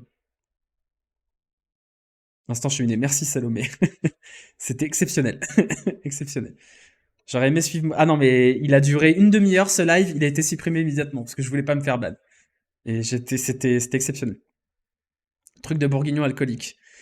C'est donc un stream Où est Charlie? En vrai, c'est pas dur à trouver. C'est pas très très dur à trouver. Ceux qui sont là depuis longtemps savent exactement où je suis. Mais maintenant qu'il y a une petite, comment dire, une petite notoriété, il y a quelqu'un hier qui m'a dit, quelqu'un aujourd'hui qui m'a demandé où j'étais exactement parce qu'il voulait me faire signer un maillot. Je lui ai dit, mais je suis pas la casette. Ça va pas, mon ref. Je vous jure, j'ai les DM. Il me dit, ah, j'aurais trop aimé te faire signer un maillot de l'OL. Je lui dis, ça va pas. Tu es fou. Moi, j'ai pas de problème, hein, je veux bien faire des autographes sur un maillot de l'OL, mais enfin, c'est quoi ton problème? T'es un fou? Je peux pas vous montrer les DM parce que je veux pas montrer son nom ou quoi que ce soit. Mais à la fois, j'ai trouvé ça hyper mignon et hyper absurde. Après, je vous avoue qu'un mec dans le fin fond de la Côte d'Or qui me demande où je suis exactement, alors que le village, il fait 4000 habitants. Hein. Et le village, pas le village où je suis, hein. Le village où je suis, il fait 200, je crois. Mais la ville à côté, celle où il y a les commerces, elle fait 4000 habitants. Il y a un mec qui est là et qui est lyonnais, visiblement. J'ai Bruno Genesio qui va se faire licencier et Rennes va aller chercher Rudy Garcia. Ce serait immense. Ce serait sûrement immense. T'es sans doute meilleur qu'Alvero. Vous êtes très gentil avec moi, mais je vous assure que mon niveau de foot est absolument calamiteux et que je ne suis absolument bon à rien sur un. C'est quoi ton meilleur conseil pour quelqu'un qui veut lancer sa boîte et sait pas comment s'y prendre pour gérer sa com? Du domaine de la boîte, ça dépend de ton expérience et de ton réseau, et ça dépend de tes connaissances en com. Parce que toutes les boîtes n'ont pas forcément besoin de faire de la com. Si ton réseau c'est du réseau de proximité, si ta clientèle c'est de la clientèle institutionnelle par exemple, ou de la clientèle de B2B, t'as pas forcément besoin de faire de com à outre mesure. On vous a donné 3 points, vous n'allez pas nous refiler tous les coachs moisis non plus. Efficace la bûche, ouais, elle est bien. Hein. Ouais, elle est bien. Franchement, il a bien pris mon feu. Hein. Il est beau mon feu. Hein. Vous avez vu mon feu? Il est beau. Hein. Il est beau, regardez mon feu, il est beau. Entre toi et Mama Valdé, il n'y a qu'une coupe de cheveux. Quelques kilos aussi. Dites-le qu'il est beau mon feu. C'est un Lilian Brasier. Oh. Oh, elle est belle celle-là. Lilian Brasier, très très beau. Hein. Tu vas te faire griller une côte de bœuf dedans. Ce serait une bonne idée. Non, qu'est-ce qu'on fait demain? Demain, on fait des cacio et pépé.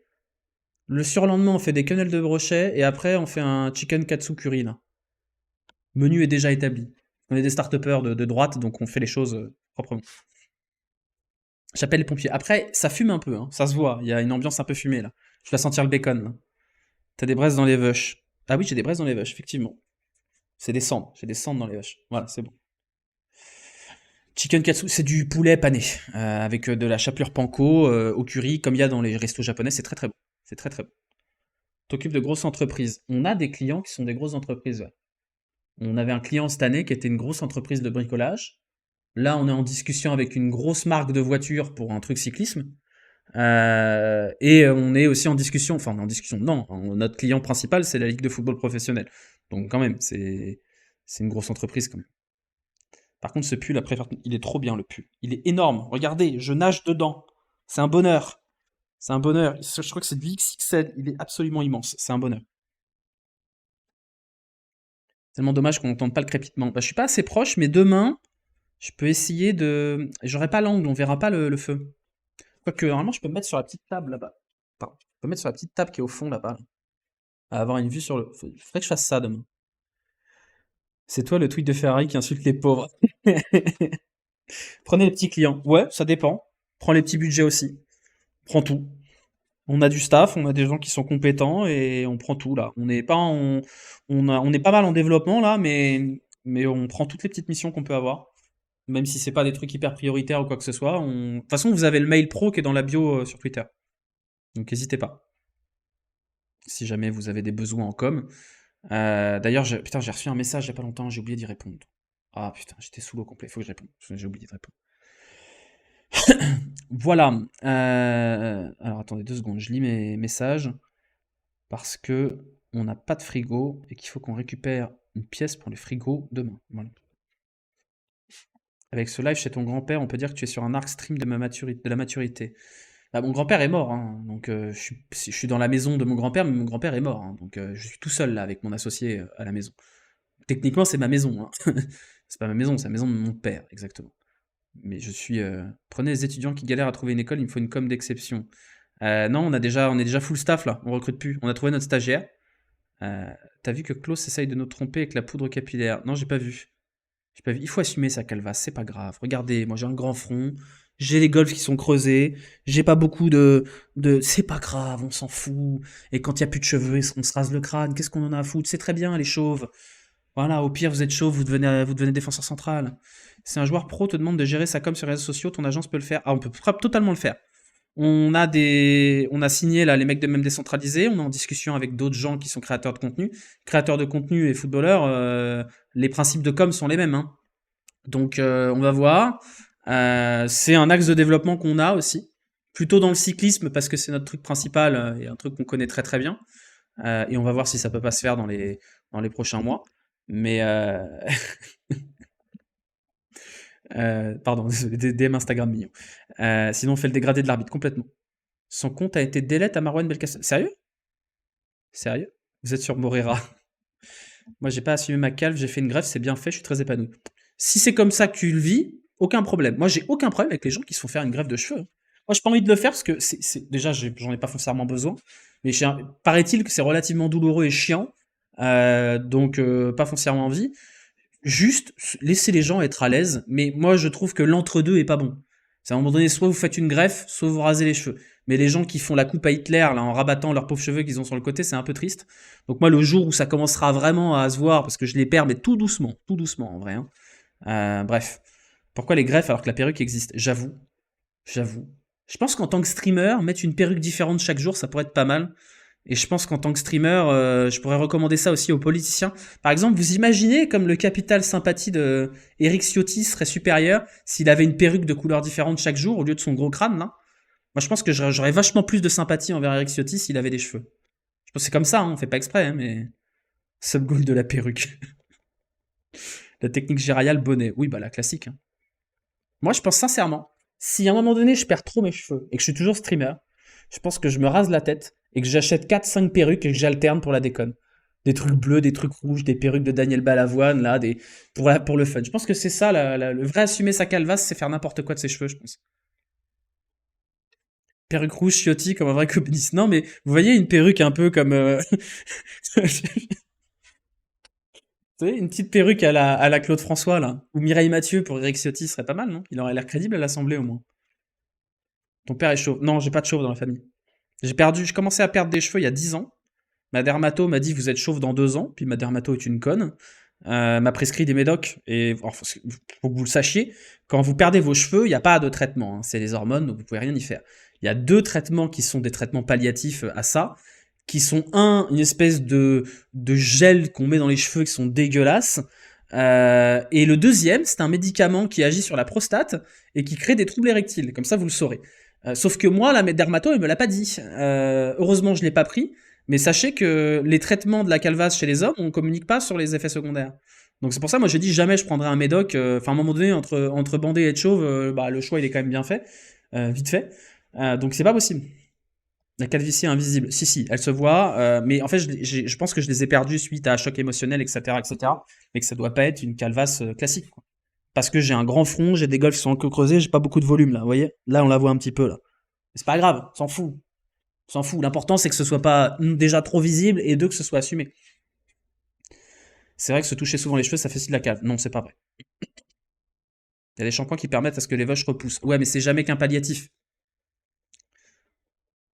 C'est jamais qu'un palliatif. Tu nous dis que Ciotti a choisi de bander, c'est ça? Probablement. Probablement. Probablement, c'est ça. Moi aussi, on m'a... Non, mais vous savez que les médecins sont très mauvais là-dessus, hein. Les médecins, ils font n'importe quoi sur les effets secondaires mentaux parce qu'ils considèrent que c'est pas physique, donc ils s'en branlent. Notamment sur les prescriptions d'antidépresseurs et compagnie, ils enfilent comme des tic-tac à des gens qui sont pas prêts à savoir ce que c'est que des traitements antidépresseurs. Et il y a des gens qui sont ruinés par ça, hein. Autour de moi, j'ai des gens qui se sont retrouvés à être prescrits avec des antidépresseurs hyper violents ou alors des anxiolytiques hyper violents. Euh, du genre des trucs, genre vous arrivez, vous dites ah j'ai du mal à dormir, tiens voilà ton Lexomil et va te faire foutre quoi. Les médecins sont des zinzins là-dessus. Pas tous, hein, heureusement pas tous. Et alors les dermatos, je pense que c'est les pires. Je pense que les dermatos c'est les pires. J'ai rarement vu une profession aussi remplie d'escrocs et d'incompétents que les dermatologues. C'est quand même incroyable parce que ces gens-là ils font 10 ans d'études quand même. Et ils te prescrivent des médocs comme ça à la zeub, des crèmes hyper violentes et tout, ils se demandent pas les questions. J'ai passé 2 ans à voir un dermato pour un problème relou. Je vous dis pas où, je vous dis pas comment, mais un problème relou. Et c'était à chaque fois la même Zumba, à chaque fois la même chose. J'ai fini par aller voir un dermato qui coûtait 200 balles, il m'a réglé le problème en une séance. C'est des nuls. Il y en a qui enfoncent dans la dépression malheureusement. Non mais la santé mentale des gens, c'est la manière dont elle est traitée en France, c'est une catastrophe. C'est-à-dire que les gens qui ont des vrais gros problèmes, on les met en HP où ils deviennent encore plus fous, parce que quand t'es fou et que quand t'as des problèmes mentaux et que t'es entouré de fous, ça t'aide pas, hein. Puis les traitements, c'est tiens, voilà des médicaments, on va te zombifier, on va te désensibiliser à tout, tu vas plus avoir de sentiments du tout, tu vas ressentir rien du tout. Vraiment, le traitement de la santé mentale, c'est un vrai sujet. Là, ça a été traité pendant le Covid avec les étudiants qui étaient en plein naufrage, c'était le Titanic. Mais la façon dont c'est traité en France, moi, j'ai eu des traitements anxiolytiques, des traitements antidépresseurs avant, il y a des dizaines d'années, quand j'étais en école de commerce, justement, parce que je le vivais pas bien, enfin bref. Et les médecins, ils font pas de background check, quoi. Ils vérifient pas si t'as des antécédents, ils vérifient pas si ça se passe bien. Alors quand même, les antidépresseurs, faut savoir que c'est hyper violent, hein, un traitement d'antidépresseurs. C'est-à-dire que vous avez 3 semaines, c'est chaud. C'est vraiment, vous êtes hyper fatigué, vous avez le cerveau En fait, c'est un reboot du cerveau. Quand vous donnez des antidépresseurs à quelqu'un, ça va formater le disque dur de son cerveau. Et il faut un suivi, quoi. Il faut un suivi, hein. Mais c'est une catastrophe, vraiment. Moi, je suis terrifié par ce que je vois par rapport à la santé mentale des gens, pour avoir fréquenté des gens qui sont bipolaires, des gens qui sont dépressifs, hautement dépressifs. La façon dont ils sont gérés par le système médical en France, c'est calamiteux. Il y a un risque d'addiction. Les antidépresseurs, non. Il n'y a pas de risque d'addiction pour les antidépresseurs parce que, en fait, le problème des antidépresseurs, c'est que si tu les arrêtes du jour au lendemain, ton cerveau il pète un plomb. Donc c'est pas vraiment l'addiction. Par contre, les anxiolytiques, qui sont les calmants, tout ce qui est relaxant et des anxiolytiques, quoi, des anti-anxiété, des trucs contre les crises d'angoisse. Ça, c'est addictif, ça. Le Valium, par exemple, c'est hautement addictif. Le Lexomil, si vous, en fait, ce que disent pas forcément les médecins, et c'est hyper, moi, mon médecin à moi, c'est un bon médecin. C'est une tête de con, il est pas sympa, mais c'est un bon médecin. Quand il m'avait prescrit des anxiolytiques parce que je dormais très mal, il m'a dit c'est 2 semaines max. Si au bout de 2 semaines vous continuez, vous êtes mort. Et il avait raison. Il y a des gens qui bouffent du Lexomil pendant 3 semaines, un mois, et après ils peuvent plus rien faire s'ils n'ont pas de Lexomil dans le sang, quoi. C'est un enfer. C'est un enfer. Ils pètent un plomb, ça peut amener des soucis psychiatriques. En fait, après, tout le monde réagit différemment aux antidépresseurs et à plein d'antidépresseurs différents. Les antidépresseurs, ça, je peux pas vous expliquer ça, je suis pas médecin. Il y a plein de vidéos qui vous expliqueront ça correctement. Mais déjà, c'est hyper compliqué à comprendre les troubles dépressifs dans l'absolu. Mais en gros, vous allez avoir plusieurs trucs sur lesquels agir et les trucs sur lesquels agissent les différents antidépresseurs agissent pas sur les mêmes trucs en fonction des gens. Donc déjà, c'est hyper compliqué de trouver le bon médicament. Et ensuite, ça demande un temps d'adaptation et un temps de sevrage. Et si vous le respectez pas, bah, c'est wild, hein. C'est wild, hein. Les rendez-vous dans un centre médico-thérapeutique pour une aide psy quand t'as pas de suite, c'est 3 mois d'attente pour un rendez-vous, c'est vraiment chaud. Et encore, ça va, hein, 3 mois, t'es gentil. Tier list des bullshit jobs. Happiness manager, tout en haut. Les gens qui sont payés pour organiser des soirées dans les boîtes, là, ça c'est bullshit absolu. Ça veut dire que les conditions de travail sont pas suffisamment bonnes, qu'il faut organiser des after-work pour que les gens restent à 19h30. Est-ce que les antidépresseurs seraient pas les vrais dépresseurs? Non, ça c'est pas vrai, ça. C'est pas comme ça que ça marche. C'est pas comme ça que ça marche. Notaire, non, notaire c'est pas un bullshit job, c'est un job bordélique, mais c'est pas un bullshit job, notaire.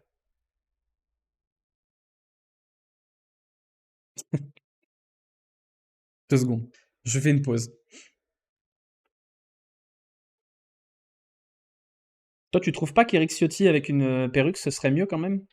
En tant que représentante des Alpes-Maritimes? Ouais, merci. Scammer job, mais c'est tout. Quels sont les skills d'un notaire? C'est quand même des gens qui savent, qui sont garants de l'authenticité des contrats. Moi, mon notaire, il était très bien, hein.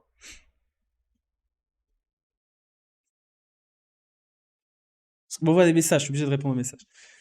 Perso, je connais le Happiness Manager de chez Ubisoft. En effet, c'est un vrai emploi fictif. Alors, à la limite, pour une boîte comme Ubisoft, où il y a vraiment une tétrachie d'employés, ils organisent des événements tout le temps. Ils ont des réseaux sociaux internes. Je peux comprendre qu'il y ait du taf. Par contre, les Happiness Managers dans des boîtes de 50 personnes, faut m'expliquer. Vraiment, faut m'expliquer. Sauf qu'Estrosi porte un toupet. Est-ce que Estrosi a une perruque selon vous?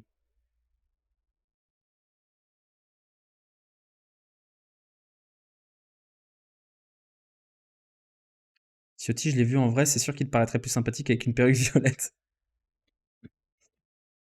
Il est où le Happiness Manager de l'OL? Bah, c'est Bruno Chéreau. C'est Bruno Chéreau. Est-ce qu'en tant qu'abonné au Virage Nord du groupe Ama Stadium, on a le droit d'office avec l'abonnement à des antidépresseurs? Sinon, c'est un scandale. Je pense que tu peux. En fait, l'avantage, c'est que t'as pas besoin de somnifères, parce que tu vas au stade, tu les as tous les week-ends. Après, antidépresseurs, je sais pas. Coach chez l'entreprise Tiple. Macron opportune sinon. Macron perruque ou pas perruque selon vous? Perruque ou pas? On va demander à Marwan Belkacem, tiens, en tant qu'expert Calvas. Bruno Chédou, c'est lui qui a emmené le peu dans le hasard la première fois en fait. T'as vu la com du Paris FC avec sa billetterie? Ouais, après, visiblement, les places gratuites du Paris FC sont pas folles. Merci pour le sondage. C'est Salomé qui l'a fait le sondage? Merci beaucoup, Salomé. Perruque ou pas perruque, Macron? Moi, j'ai voté, hein. Moi, j'ai voté. Bah, j'ai voté. Je vous dis pas ce que j'ai voté, mais j'ai voté, hein. On est très sérieux ici, hein. On est sur les vrais sujets de société. J'aimerais avoir ton avis sur les masques plus vrais que nature, soi-disant beaucoup utilisés par les. Pardon? C'est quoi ça? C'est Mission Impossible? Non, faut pas faire un clip de ça, Salomé. Déjà que je suis un canard. C'est où les places d'Harry Potter? J'ai un pote qui est allé à Charletti voir avec une place gratuite. Et il était extrêmement mal placé. Après, le problème de Charletti, c'est que où que tu sois, t'es mal placé. C'est un stade horrible. Avec une piste d'athlétisme, en plus il fait froid. C'est horrible comme stade. C'est absolument horrible. T'as voté Dupont-Aignan, bien sûr. J'adore Nicolas Dupont-Aignan, j'adore ses valeurs. En plus, il a l'air vraiment très très intelligent, Nicolas Dupont-Aignan. C'est vraiment mon candidat préféré à la présidentielle. J'ai même voté, tellement je suis intelligent, j'ai voté 2 fois pour lui à chaque tour, histoire d'être sûr que mon vote compte bien fort. Voilà, bien sûr. Voilà, bon, bah, de toute façon, moi Charletti, j'y vais pas, donc j'irai pas.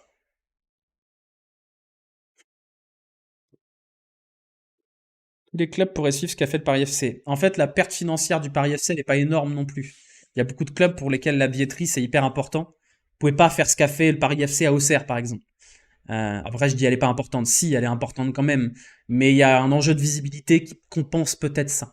Mais vous pouvez pas faire ça à Auxerre, par exemple. Auxerre, vous enlevez la billetterie, bah le club il meurt. Lens, vous enlevez la billetterie, le club il meurt. C'est une belle initiative, on va pas leur chier dessus, hein, bien évidemment. Mais c'est probablement plus facile à faire à Charletti qu'ailleurs.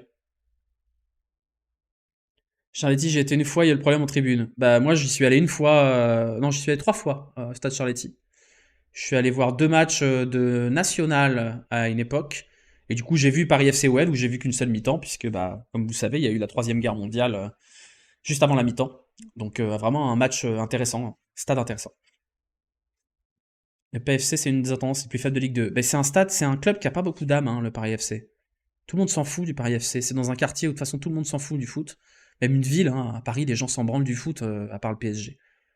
Donc le Paris FC, c'est un stade qui réussit pas à se créer une entité. Ce qui est dommage, parce que dans le fond, c'est pas un projet catastrophique, et le stade est grand, mais vous êtes dans une des zones les plus mortes de Paris quand même, hein. Charletti, c'est extrêmement mort, hein. Et c'est con parce qu'il y a la cité universitaire juste à côté, mais c'est quand même pas la folie, hein. Et le stade est horrible en vrai. Mais le Red Star, c'est pas pareil. Le Red Star, c'est en plein milieu d'une zone hyper dense, très populaire, avec une vraie identité, avec un vrai ancrage local, même si ça se start-upise un petit peu. Ça n'a rien à voir avec Charletti, qui est un club un peu posé au milieu du 13e arrondissement, où il y a rien de base, c'est hyper mal desservi. C'est nul, Charletti. C'est nul à chier. C'est dans le 13e, c'est juste à côté de la station Cité Universitaire en RER. Il y a même pas de métro à Charletti, c'est nul. C'est nul. Tu as tort, Geoffrey. Je vois ton message sur Instagram. Tu as tort.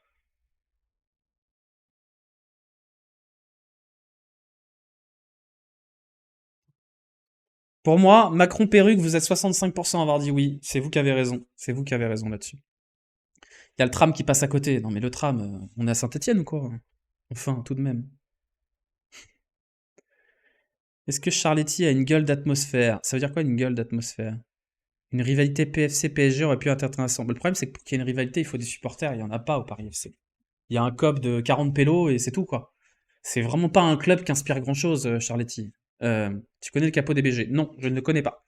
Mais j'ai vu l'article, je l'ai bien lu, et j'espère que vous l'avez bien lu aussi. Voilà, j'ai pas grand-chose de plus à dire là-dessus. Tu crois à un deuxième club à Paris qui arrive en Ligue 1? Non. Paris a pas envie d'un deuxième club en Ligue 1. Il n'y a pas la place pour un deuxième club en Ligue 1, je pense. Dans l'ombre du Paris Saint-Germain. S'il doit y en avoir un, ça doit être le Red Star, parce que c'est le seul qui est capable de fédérer autour de lui. Certainement pas Créteil, certainement pas le Paris FC. Parce que je pense que Paris FC en Ligue 1, ce serait tristoun. Après, peut-être que c'est le début d'une folle histoire, hein, le Paris FC en Ligue 1. Mais je pense pas qu'il y ait la place à Paris pour un pays qui est pas vraiment un pays, une ville qui n'est pas vraiment une ville de foot non plus. Où on peut trouver l'article sur le capot des BG? Sur à l'équipe. Un article de Vincent quelque chose, donc j'ai oublié Vincent Villa, je crois. Donc c'est ça. Qui était dans le journal et qui doit être sur le site de l'équipe, mais c'est en payant. Il doit peut-être être sur le Discord aussi. Peut-être. Je suis pas sûr. Samedi, c'était plein avec leur offre gratuite. Bah, on verra si ça sera plein le week-end prochain. Après, c'est une bonne idée pour eux. S'ils veulent créer un engouement autour du PFC, c'est comme ça qu'ils y arriveront. Donc pour moi, c'est une bonne idée de mettre les places gratuites parce que c'est le moyen éventuellement de donner envie des gens d'y venir. Le problème, c'est que quand vous allez à Charletti, vous n'avez pas envie d'y revenir généralement.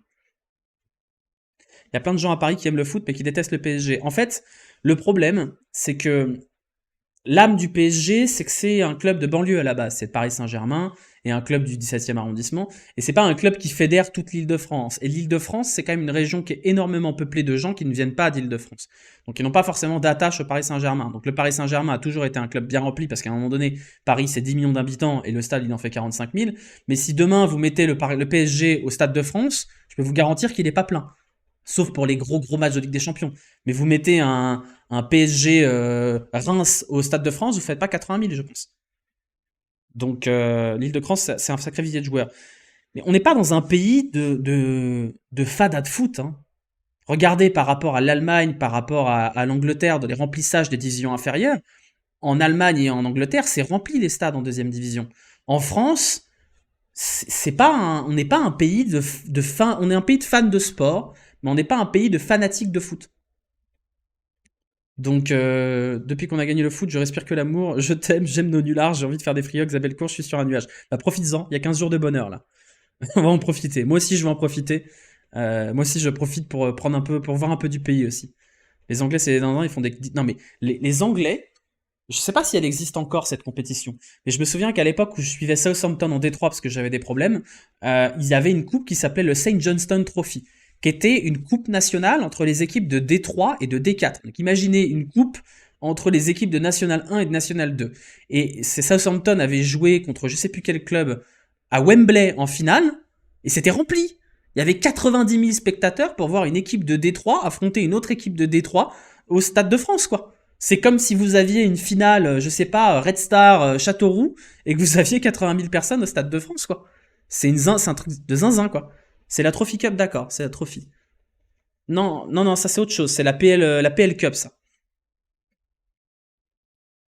Mais à l'époque, c'était que des équipes de 3e et 4e div. Donc la France, c'est pas un pays de fada de foot. Il y a encore des ancrages locaux qui sont très forts, dans certaines villes où le foot est une institution, type Auxerre, type Guingamp, type la Bretagne de manière générale. Mais regardez Arles-Avignon, ils étaient en Ligue 1, c'était la mort absolue. Regardez Grenoble, c'est un stade flambant neuf de 20 000 places et ça remplit pas de ouf non plus. Regardez Le Havre, ils ont été champions l'an dernier, ils avaient du mal à remplir leur stade alors qu'il n'y a que 20 000 places. Donc il y a plein d'endroits en France où le foot a une présence, mais il n'y a pas d'ancrage. Regardez Louis II. Mais Louis II, c'est différent. Louis II, c'est pas exactement la même chose. Louis II, vous êtes sur un club où il n'y a pas forcément un ancrage local extrêmement fort et où en plus vous avez une zone de chalandise autour où vous avez Marseille et Nice. Donc c'est quand même difficile d'exister quand vous êtes Monaco, quand à côté vous avez Nice qui a quand même un ancrage local beaucoup plus fort. Donc voilà, je sais pas. Enfin, alors que le Havre, c'est là où est arrivé le foot à la France. Ouais, bah non, mais le Havre, moi j'étais déçu de voir que leur stade est pas rempli. Là, ça va, parce que c'est la Ligue 1, et que ça joue bien, et qu'ils sont sixième. Encore heureux qu'ils remplissent un stade de 20 000 places. Mais l'an dernier, c'était pas ouf. Vous avez des exceptions à ça, hein. À Caen, le stade est relativement rempli, mais c'est des grandes villes. Il faut quand même se rendre compte de la taille de ces villes-là par rapport à la taille du stade.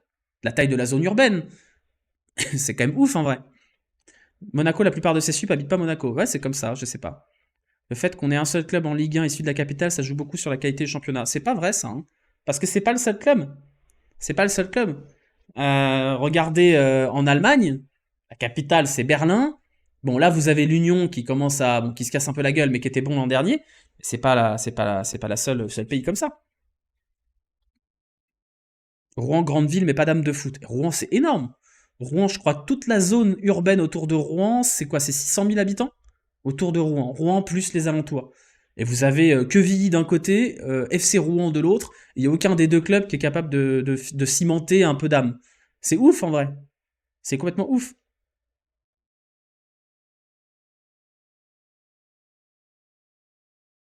7K en national, le FC Rouen. C'est vrai que c'est beaucoup quand même en national. Souvent les infrastructures c'est pourri, se taper 2 heures d'embouteillage en dimanche soir, t'as pas envie. Quevilly arrête, c'est magnifique. Quevilly c'est horrible comme ville. Mais en vrai, une ville comme Rouen devrait avoir un club au moins en haut de tableau de Ligue 2. Ça devrait être structuré. Le club, pas la ville. Ah bah le club est très beau, bien sûr que Quevilly c'est une histoire de ouf, bien sûr. Bah, je savais pas pour le FC Rouen. Je savais pas, tu vois, j'apprends un truc. Je savais pas que les stadios monumentaux Robert Diochon étaient si remplis que ça. Surtout qu'ils sont montés cette année, non? Ils étaient en N2 l'an dernier. Ils étaient en N2, hein. La bûche Summer. Eh oui. NMR, c'est quoi NMR? L'USNAC, ils en sont où? Bah, l'USNAC, ils sont tombés, là, hein. C'est fini. Je savais pas du tout que le FC Rouen fédérait comme ça. Pourquoi la qualité de ton stream est incroyable? Ça veut dire quoi? C'est-à-dire laquelle? La forme, l'image? Parce que la caméra est bonne, l'éclairage est top. J'ai un lustre juste au-dessus de moi. Et l'ambiance est assez dingue, là, je trouve. En fait, il faudrait que je laisse tourner la caméra en fond et que je vous mette un fond vert et que je vous mette ça derrière. C'est pas mal. La cheminée est porteuse. Quand tu vas au Roudourou, tu comprends ce qu'est l'ancrage. Mais partout en Bretagne, c'est ça qui est fou. Tu vas partout en Bretagne, tu comprends, même à Rennes, hein. Quand vous allez à Rennes, il y a une vraie âme locale. Les gens sont, même à Nantes, hein, en vrai. Moi, je suis allé souvent à la Beaujoire. Il y a un truc qui est différent dans cette ville-là. Est-ce que c'est, non, je pense que c'est bientôt l'heure de laisser tranquillement le feu se mourir. Je vais aller souffler dessus quand même. Souffler dessus. Je reviens.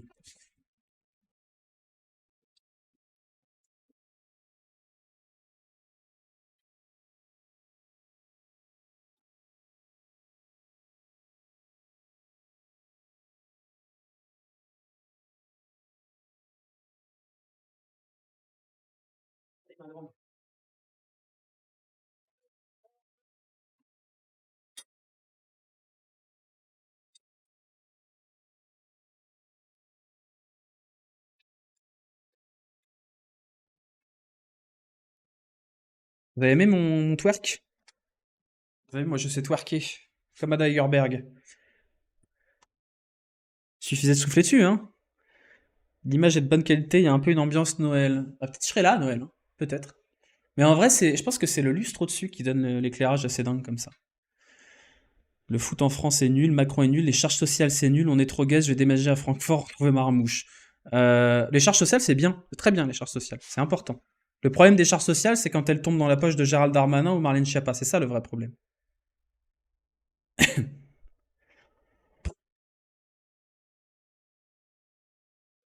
Non, c'est l'éclairage qui fait. Eh, regardez comme il est reparti mon feu là.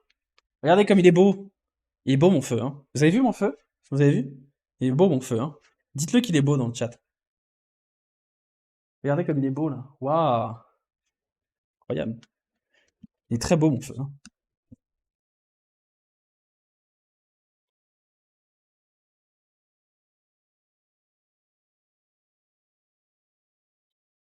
Il est beau le feu, hein.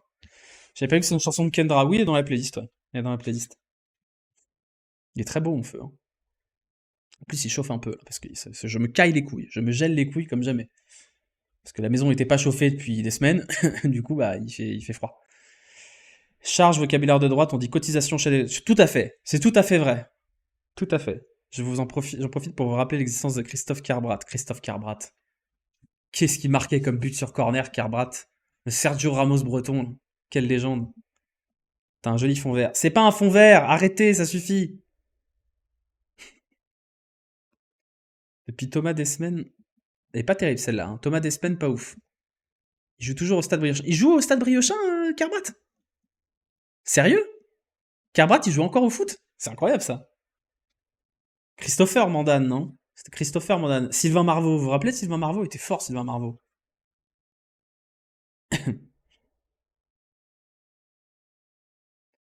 Yes, il est au stade. Incroyable. Je savais pas ça. Avec Angua, putain, mais c'est incroyable l'FC Rouen, c'est une dinguerie. L'an dernier, il m'avait invité pour le match de la montée, contre je sais plus quelle équipe d'ailleurs. Et j'ai pas pu y aller malheureusement. Mais le CM du club m'avait invité, m'avait accrédité et j'ai pas pu y aller. J'étais très triste. La FDJ a perdu ses vélos. Non, ils ont changé parce que la Pierre a dit qu'ils en avaient marre, là. Par Rouen, le stade Briochin. D'accord, je sais pas pourquoi. Pourquoi j'ai dit n'importe quoi comme ça. Je suis fatigué, ça doit être le monoxyde de carbone. Merci Bohémars pour le prime. Merci beaucoup. Étienne Didot, le Iniesta breton. Non, c'était Pirlo, Étienne Didot.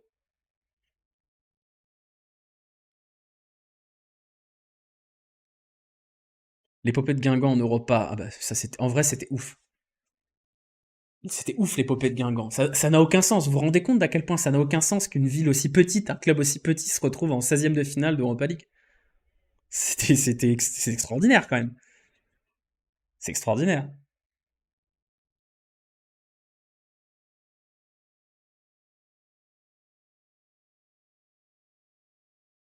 Ulrich Le Pen, meilleur gardien qu'Olivier Giroud, les vieux savent. J'étais au Roudourou pour le match contre Kiev et les deux cartes rouges. C'est des bons souvenirs, ça. C'est des très bons souvenirs.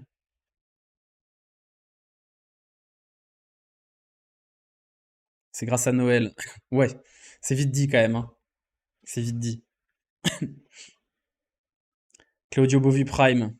Dire vous savez, quand il est arrivé à Lyon, j'étais content. Je me suis dit, ouais, on manque un peu d'un joueur fort dans les airs et tout. Claudio Bovi, bonne recrue.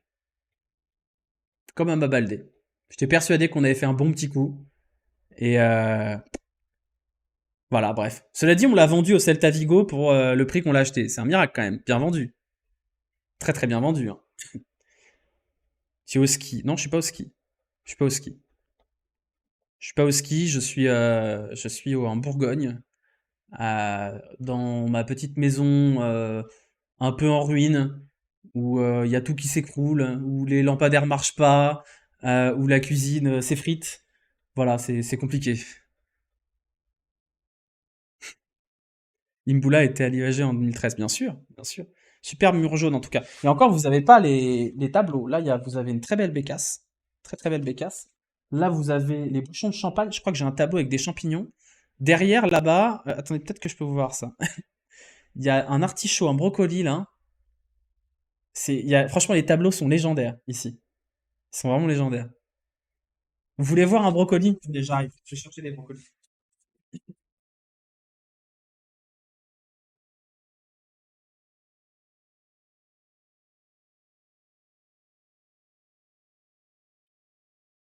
Voilà. C'est ce qu'il y a sur les murs, hein. Me demandez pas pourquoi, ni qui, ni comment. Mais c'est ça qu'il y a sur les murs ici, hein.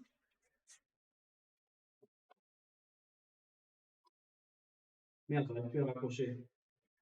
Merde, fais chier. J'arrive, hein. Ah, c'est bon, bon, il y a tout.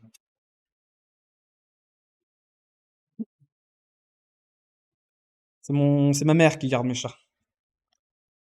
Enfin, qui garde ses chats, parce que techniquement, c'est pas mes chats, c'est les siens. Même si maintenant, c'est les miens. Donc juste les escargots et le cerf. Les escargots, est-ce qu'il y a des escargots? Je crois que peut-être derrière, hein. Là-bas, il y a des champignons. Faudrait que je regarde. C'est bourguignon alors. Mon grand-père était bourguignon. Enfin, bourguignon, non, il n'est pas bourguignon. Il a habité en Bourgogne pendant très longtemps. Je suis pas bourguignon. C'est un peu la maison ici, quand même. Les chats iront à Rennes. C'est en cours de négociation. C'est en cours de négociation. Je sais pas encore s'ils viennent avec moi quand je déménage. On est sur un live légendaire ce soir. Tu penses quoi de la Brigade Loire par rapport aux autres groupes d'Ultra? C'est un très très beau groupe de supporters, la Brigade Loire. J'ai été très bien accueilli quand ils m'ont hébergé pendant 3 4 matchs quand j'habitais à Nantes. C'est des gens très gentils, des gens qui savent mettre l'ambiance. Et c'est un groupe de supporters au sein duquel on se sent en sécurité et pas en danger. Et rien que ça, c'est pas mal, je trouve. Donc Moi, j'ai tous mes respects à la Brigade Loire et à ce qu'ils font et au bordel qu'ils foutent. Et aux valeurs qu'ils défendent aussi également. Ça négocie le baillot de Deschamps. Pour l'instant, on est sur les bases de 1 sur 2. Mais pas sûr que je réussisse à embarquer les deux. Pas sûr. Sur une garde partagée, là, hein. Tous Antiquita, on est ensemble. Bien sûr qu'on est ensemble. Bien sûr. T'as bien raison d'être reconnaissant avec la CRFC, mais de la déménager. J'aime bien la Bretagne. J'aime bien l'ambiance de la Bretagne. J'aime bien la météo de la Bretagne. Parce que je déteste la chaleur et je déteste le soleil qui se lève trop tôt. Enfin, pardon, qui se couche trop tôt, pardon. Le fait de parler de Nantes m'a fait repenser à Vincent Bessa. J'étais au stade pour Vincent Bessa. J'étais au stade. Depuis 3 jours, j'ai les chants et tu penses à TFC qui résonnent, c'est la plus belle tribune du championnat. La Brigade Loire, ça aime les fumis. Ouais, mais c'est bien, puis je sais pas. J'ai toujours bien aimé le club de Nantes, ça fait partie des clubs que j'aime beaucoup, qui ont une âme. Et je sais pas, enfin, je trouve que c'est un beau club. C'est un beau club. Entre le Bouzeux et JDG, Rennes va devenir le nouveau Montpellier. Rennes a déjà été le Montpellier du stream, hein. Fut un temps où il y avait une concentration de youtubeurs et de streamers extrêmement importante du côté de Fougères, donc au nord de Rennes, avant qu'ils se dispersent un peu partout. Ton pronostic Lyon-Lille, j'en sais rien. Je fais plus de pronos. Je fais plus de pronos parce que je suis nul en pronos et je trouve qu'elle est impossible à pronostiquer cette saison. Voilà. Donc on verra. On verra. C'est dans 15 jours. Laissez-nous profiter un petit peu là avant de parler de victoire ou de défaite. Laissez-nous profiter. T'as pas besoin d'être à Paris. J'ai pas foncièrement besoin d'être à Paris en vrai. C'est mieux pour le business si je suis à Paris, mais Paris est une ville qui rend les gens malheureux. Donc j'ai pas envie d'y rester. Même si j'ai pas non plus envie d'être pleinement à la campagne. Parce que mon associé, il a une maison à la campagne. Et moi, je reste un citadin, hein. Moi, la campagne avec la dépendance à la bagnole, les guêpes et les abeilles qui viennent te butiner dans la gueule au réveil, c'est pas trop ma came. Donc je préfère quand même rester dans le centre-ville. Donc je sais pas, on verra. Mais j'ai pas foncièrement besoin d'être à. Ce sera soit Rennes, soit Lyon, mais j'ai pas forcément envie de retourner à Lyon. Zach va au match, donc on va perdre. Voilà, prono, Zach Nani au match, c'est perdu. Voilà. Genre Mazou, c'est un rural, un vrai de vrai. C'est pas un vrai rural. C'est un faux citadin, c'est pas pareil. Il habite juste à côté de Rennes. Il habite juste à côté de Rennes. Mais vous savez, c'est le mode de vie de gens qui ont un môme, un chien, un potager, un Fiat Multipla, voilà, qui ont besoin de cet environnement. Moi, c'est pas ma cam. Après, moi, je comprends. Moi, je suis très bien quand je suis chez lui une semaine, hein. Voilà, je suis bien, on bosse. J'ai l'impression d'être chez mamie, quoi. Voilà, mais c'est bien, hein, c'est très cool, hein. Ça vit en lotissement. Non, pas en lotissement, des petites maisons, des petits pavillons, quoi. Un Renault Scénic, ouais, un Renault Scénic. Bon, lui, en l'occurrence, il a un break, mais voilà. Je vais la balancer parce que ça fait 3 fois déjà. Je parle avec une amie sur Instagram qui me donne pour défi de caler des mots au pif. Et le problème, c'est qu'il me faut 5 secondes pour les caler, donc ça l'énerve. Voilà, donc un rurbain. Ouais, c'est ça, c'est les rurbains, ouais. C'est le citoyen bobo qui a 2 poules au fond du jardin. Il me semble que ses darons avaient des poules.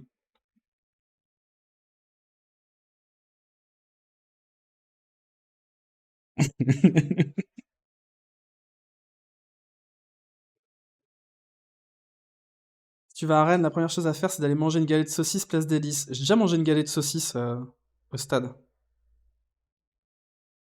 T'as calé lesquels? J'ai calé abeille, Fiat Multipla et lampadaire. Non, c'est pas, il y a pire quand même. Mais Fiat Multipla, je l'ai calé en 5 secondes. Rennes, c'est une ville qui sent l'alcool. Ça me dérange pas.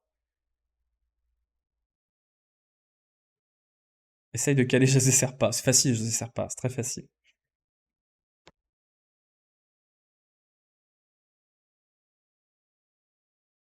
Les galettes n'existent pas, ce sont des crêpes au blé noir. Toi, tu veux faire la bagarre, Keloan.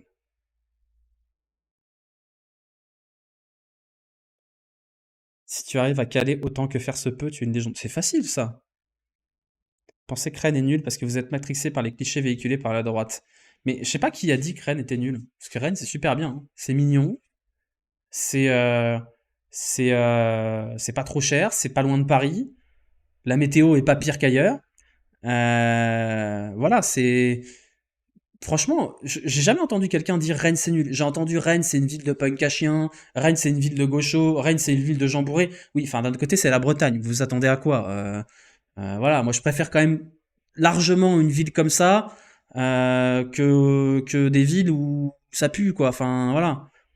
Niveau sécurité, ça change apparemment. Nantes, ça a changé là-dessus, c'est vrai. Il y a des quartiers à Nantes qui sont plus très agréables à vivre. Moi, j'y vivais il y a 10 ans et j'y suis retourné il y a 2 3 ans et c'est vrai que c'est pas ouf. Grenoble, Grenoble, c'est horrible. Grenoble, c'est atroce. Enfin, voilà, merci, merci pour Olivier Giroud et Nassim Makrour, mais alors le reste, voilà, hein. La Bretagne est de droite. Voyons, elle est pas tant de droite que ça, quand même, hein. Rappelle-toi que à Rennes, t'es pas chez toi, t'es pas à Lyon, alors tu fermes ta gueule. Très bonne ref. Très bonne ref. Non, mais après, vous voulez vivre où en France? Vous voulez vivre où? Parce que si c'est, voilà, enfin, Grenoble, c'est le Chicago français, c'est le fameux Chicago. À Toulouse. Toulouse, vous êtes loin de tout à Toulouse. J'ai une pote qui habite à Toulouse, on s'est pas vu depuis 5 ans. Parce que pour y aller, il faut 5 heures. Et qu'elle a pas les sous pour venir à Paris. Et moi, j'ai pas le temps pour aller à Toulouse. C'est horrible. Roubaix, le luxe. Ah bah, à Roubaix, oui, t'as un penthouse pour le prix d'un 5 mètres carrés à Paris, bien sûr. Annecy, bah, je suis désolé, mais je suis pas milliardaire, donc je peux pas habiter à Annecy. Tu sais que les Rennais en Bretagne sont appelés les demi-parisiens. Bah, ça me dérange pas, je suis parisien. Strasbourg. Strasbourg, ok, validé. Strasbourg. Strasbourg, validé.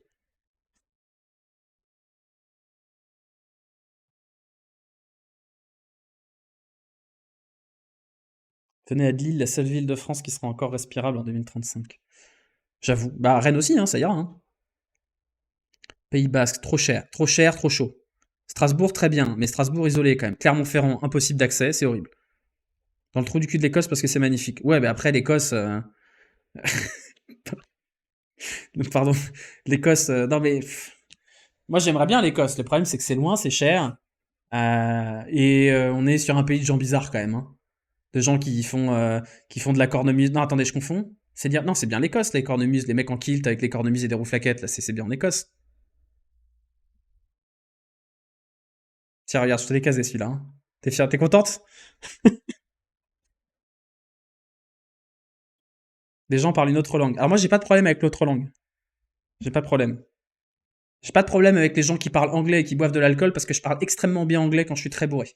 Donc les deux se marient très bien. Oui, c'était Rouflaquette, bien vu. Je te propose Pouilly en Auxois. Bah, je suis pas loin, je suis à côté. Très beau château, hein, le château de Chailly avec un très beau golf, Pouilly en Auxois.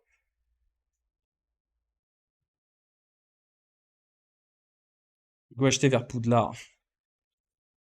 Non, je sais pas. Je suis pas décidé encore. Moi, mon objectif, là, c'est de me débarrasser de mon appart et ensuite je vois où je vais vivre. Je vois. Après, je suis libre. T'as croisé Lolo, bien sûr. Acheter aujourd'hui. Ah non, je veux pas acheter, je veux pas acheter, moi je veux vendre. C'est compliqué, hein, mais j'y arriverai pas. T'es où? J'ai passé des années là-bas. Je suis à côté de Semur en Auxois, juste à côté. Et il se trouve que peut-être que si tu es du coin, Benjamin, tu connaîtras peut-être le château de Blancet, dans le trou du cul de la Côte d'Or, pas loin de Pouilly en Auxois. Est-ce que tu peux me dire si tu connais le château de Blancet, Benjamin? Tu as décidé de vivre en autarcie pour te vanter jusqu'à la fin de tes jours que l'OL a gagné son dernier match. Totalement. Je suis parti m'isoler. À côté, ma maman habite Montigny. D'accord. Bah, mon oncle fut un temps où il avait beaucoup d'argent, il en a plus beaucoup maintenant, et il avait le château de Blancet. Maintenant, il a plus le château de Blancet, il a plus grand chose. Donc, j'ai mes cousins qui habitaient dans le château de Blancet quand j'étais gamin. Voilà. Après, maintenant, ils sont plus là, ils sont loin, ils sont en Australie, et je les vois plus parce que c'est des cons, et voilà. Enfin, non, c'est pas eux des cons, c'est leurs parents qui sont des cons. Non, l'oncle qui a une pharmacie, c'est autre chose. C'est tellement beau. Ouais, c'est vrai que c'est bon, c'est beau ce coin. Et ma grand-mère habitait dans le trou du cul du Morvan aussi, et le Morvan, c'est trop trop beau. C'est vraiment une région folle. Papy duc de Blancet. Non, c'est pas le papy, c'était la belle famille. C'était la belle famille. C'était pas chez nous, malheureusement. Le soufflet est mort. Ouais, là, c'est fini. C'est fini, hein, il est en train de s'essouffler. Mais c'est pas grave, c'est bientôt l'heure d'aller dormir, de toute façon. Le Morvan, ça roule du R. C'est trop beau, le Morvan. Ça monte, ça descend. C'est, euh, c'est chouette, le Morvan. Le feu a la même condition physique que des Yann Lovren. Ça détient les moyens de production. Mais même pas en vrai. Même pas, surtout qu'il a tout perdu derrière. Donc,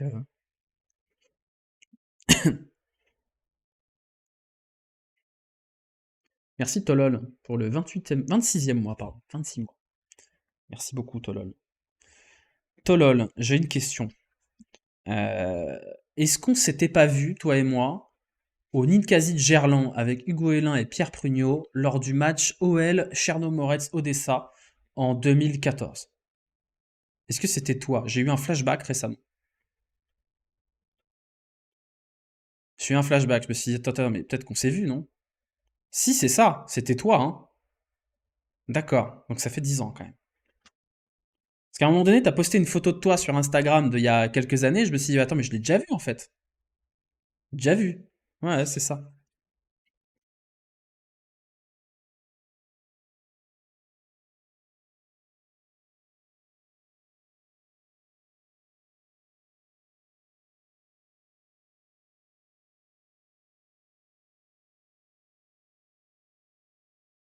On avait brièvement échangé sur Twitter avant que t'ailles choper le bus, ça va, ma part Dieu. Je me souviens plus ce que je foutais là, mais j'étais là, ça je me souviens. But de Gaïda Fofana d'ailleurs. Présente le Creusot. Cette chanson est très cool. C'est une chanson qui n'est pas sur des albums des Strokes, qui a été sortie sur un EP à part, et dont les paroles sont assez cool, comme beaucoup de paroles des Strokes. Feu Ninkasi Gerland, eh oui, Feu Ninkasi Gerland. Qu'est-ce que c'était bien, Gerland. Bon, on a fait 2 heures de live bientôt. Live qui n'était pas forcément prévu. J'ai mal au dos parce que je suis sur une chaise de merde. Je pense pas qu'on ait le temps ce soir parce qu'il faut que je dorme parce que demain il faut qu'on se lève tôt pour aller chercher un putain de frigo. Donc on va pas s'éterniser sur City Skylines. Peut-être mercredi, précoce pour un live nocturne. Ouais, mais après c'est parce que je suis avec mon associé qui est parti se coucher à 21h30 parce que demain il va se lever à 5h parce qu'il a des problèmes. C'est le genre de personne qui se lève à 5h sans réveil. Donc je me suis dit que j'allais liver un peu plus tôt pour pouvoir me coucher tôt aussi. On fera probablement un live mercredi. Je sais pas encore de quelle nature ni à quelle heure. Probablement le soir, ça dépendra de Mélodie, du coup, qui arrive demain et qui a prévu de faire un stream cuisine. Donc si elle fait un stream cuisine, je streamerai après. Si elle fait pas de stream cuisine, je streamerai peut-être un peu plus tôt. Donc voilà, s'il y a un stream cuisine, bah, je serai dessus. Donc voilà, vous pourrez me voir dedans, venir saccager son stream cuisine. Non, hors satellite. Parce que hors satellite, il m'envoie des messages pour que je casse des mots au pif, mais il n'y a qu'une seule personne qui a le droit de jouer à ça.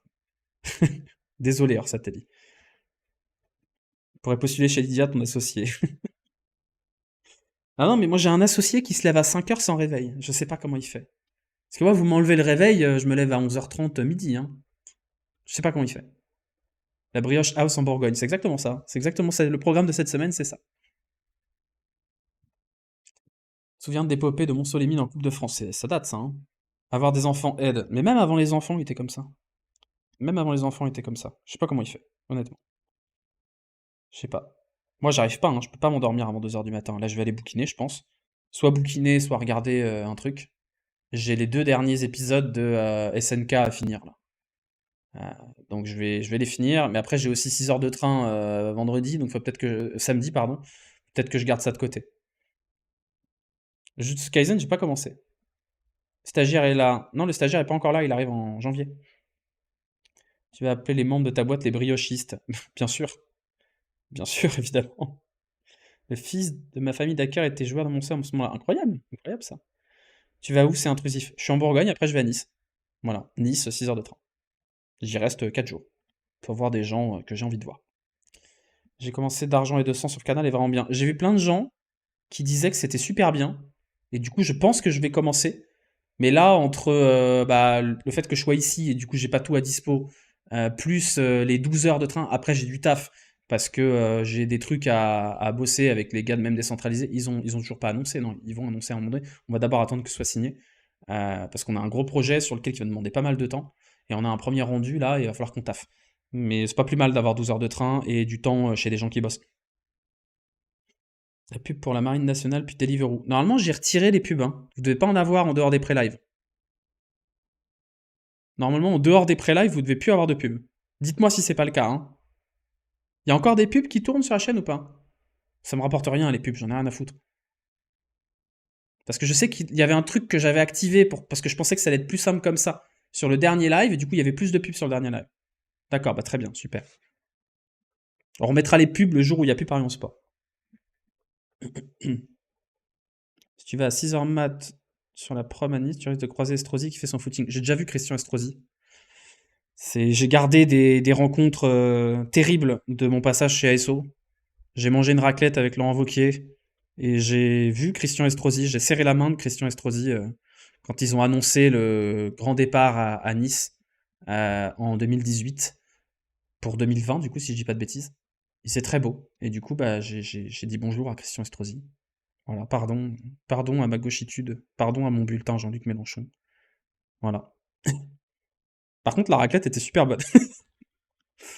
La raclette était vraiment super bonne. Wauquiez, c'est même Lyon, je sais pas. Sachez que, en dehors du fait que c'est quelqu'un de terriblement horrible, Laurent Wauquiez est relativement sympathique. Et la raclette était très bonne. Et qui s'y connaît très bien en vélo. Voilà. Maintenant, ça reste Laurent Wauquiez. Donc, Laurent Wauquiez qui est en train de couler le meilleur festival de France, qui est le festival de Clermont, et donc on lui en veut éternellement. Et on aimerait bien qu'il rende l'argent, puisqu'il se sert de l'argent qu'il retire au formidable festival de gauche pour nourrir ses copains à hauteur de 1 000 € par convive. On n'oublie pas cette affaire, évidemment.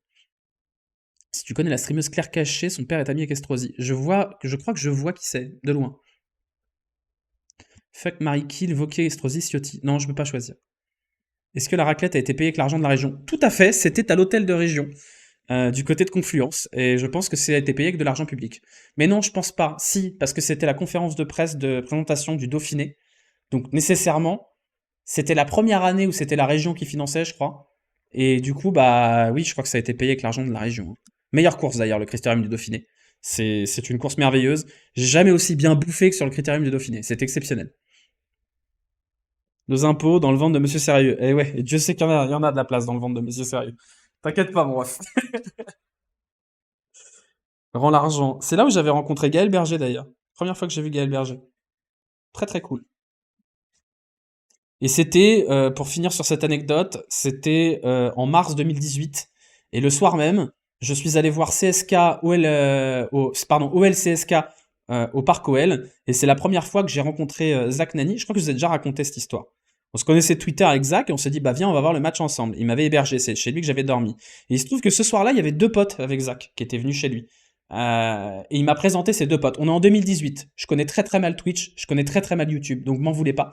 Et donc je me retrouve chez Zach avec lui et deux de ses potes, trois de ses potes, mais donc deux potes, donc vous allez comprendre derrière, et on va au stade ensemble, et je ne sais pas qui sont ces personnes. Donc je les rencontre, des personnes très sympathiques, que je ne connaissais pas, ni d'Eve ni d'Adam, et on va au stade, et en fait au stade je me rends compte que l'un des deux est relativement connu, et que l'autre fait des trucs un peu sur internet. Bon, bah ces deux mecs-là, c'était Domingo et Kamel. Et à l'époque, j'étais là genre, bah ouais, c'est des gars normaux. Voilà. C'est comme ça que j'ai rencontré Domi et Kamel. Et on a passé la soirée ensemble. C'était en 2018. Donc autant vous dire qu'à l'époque, moi j'étais un random complet, alors que les bons, eux, voilà. Non, et Diffleck, je le connais depuis 2010, les gars. Ça fait 13 ans, 14 ans bientôt que je connais Sofiane. C'est même plus ou moins par ma faute que Sofiane est en couple et un gamin. Donc, on m'a proposé un poste pour un team de voile en course au large. Il y a des gens qui suivent la voile en vrai. C'est très cool la voile. Très cool. Ah, sachez que Kamel a vu OLCSKA, donc voilà, il a été traumatisé comme nous, vous le saurez aujourd'hui. Eddie Fleck et Sofiane sont la même personne. Non, il n'y a pas de nouveau pour Prud'homme. Pas de nouveau. Le Domingo 2018, t'as cru Zach Nani avait ramené son fils. Mais en fait, à l'époque, Domi, il était déjà sur énergie et tout, je crois. Hein. C'est ici les bruits de cheminée. Bah là, il n'y a plus beaucoup de feu. Hein. Faudrait que je retourne souffler dessus. Quoi, Sofiane et Teddy Fleck. Ça devient vraiment. J'arrive plus à savoir aujourd'hui si vous êtes second degré quand vous dites ça ou pas. J'arrive pas à savoir. Parce qu'il y en a, normalement, vous savez. Mais vous savez, vous êtes en train de troll. Il y en a toujours un qui troll pas. Hein. Il y en a toujours un qui est pas en train de troller quand on parle de ça.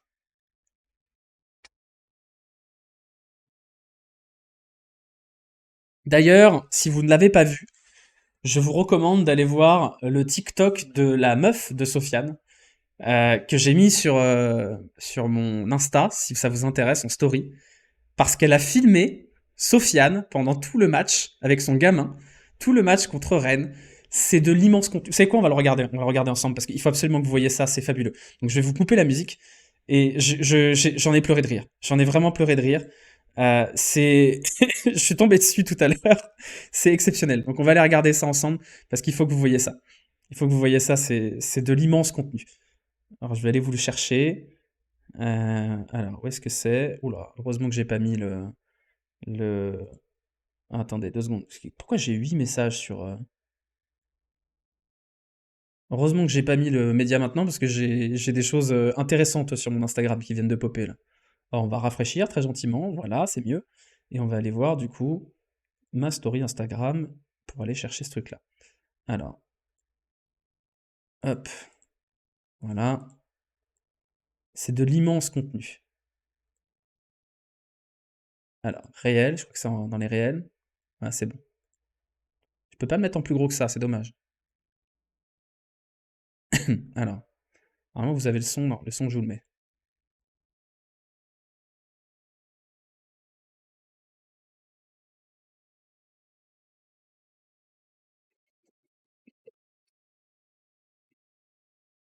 La casquette.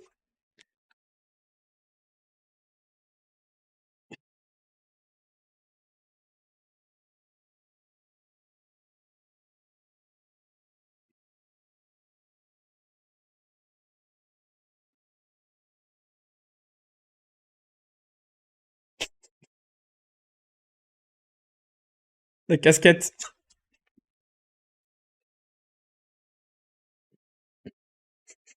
Elle a tout filmé, hein.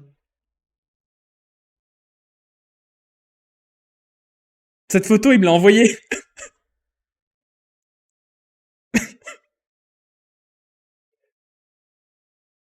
Voilà, je trouve que c'est un contenu exceptionnel. Merci pour le divertissement. Merci à Lucie d'avoir filmé tout ça, d'avoir documenté. C'est beaucoup trop drôle. La casquette qui a pris 20 coups dans la gueule, la pauvre. Voilà. Il fallait absolument que je vous montre ça avant de terminer ce live. Parce que ça m'a fait beaucoup, beaucoup rire. Ça m'a fait beaucoup, beaucoup rire. En plus, le gamin, il est trop, trop mignon. Et il est trop drôle avec son combinaison de panda, là. On était tous pareils. Ah bah la même, hein. La même, exactement la même. Moi, j'étais au bout du rouleau complet. Je savais pas le couple Sofiane Lucie. Oh bah, c'est pas un scoop, hein. C'est pas un scoop, moi, enfin. Voilà. La casquette ne travaille pas chez Lydia. Non. Nos enfants ont enfin pu voir une victoire de l'OL. Ouais, moi, pas d'enfant, jamais, hein. Pitié, au secours. Tout, mais pas ça. Je préfère les chats. On va s'arrêter là, les amis. Je vais vous remettre la musique et je vais vous envoyer en raid chez quelqu'un. On a fait 2 heures de live, c'est bien. On se retrouvera mercredi, probablement sur le live de Mizou, pour le live cuisine, et ensuite plus tard, mercredi, pour un live nocturne que je ferai probablement soit dans ma chambre derrière, soit derrière là-bas. On verra. Je croyais qu'il supportait. Voilà. Sinon, normalement, vendredi, quiz. Faut que j'ai le temps de le faire, le quiz. J'aurai le temps, je trouverai le temps de le faire, le quiz. Un quiz OL Banter Era. Je vais demander à Paul de m'aider. Je vais lui demander de m'aider. Voilà, merci pour vous. Je sais pas chez qui je vous envoie, là. Chez qui vous voulez partir en raid? Oh, Zach, il a pas besoin de raid. Vous pouvez y aller comme des grands. Vous allez aller chez qui? Vous voulez aller chez qui? Dites-moi. Il y aura une rediff de ce live sur Twitch. Je suis pas sûr de la mettre sur la chaîne secondaire. Peut-être. Peut-être que je vais la mettre sur la chaîne secondaire. Vous voulez aller chez Antistar? Antistar, ouais. Antistar, Antistar. Allez, direction Antistar. Hop. Bonne soirée à vous, prenez soin de vous, et bisous, à bientôt. Ciao. Oh bah dis donc, elle est bien décalée cette heure, hein. Oh là là, on va la remettre au centre, hein. Parce qu'à chaque fois que je termine, il y a 3 chiffres, donc voilà, c'est mieux.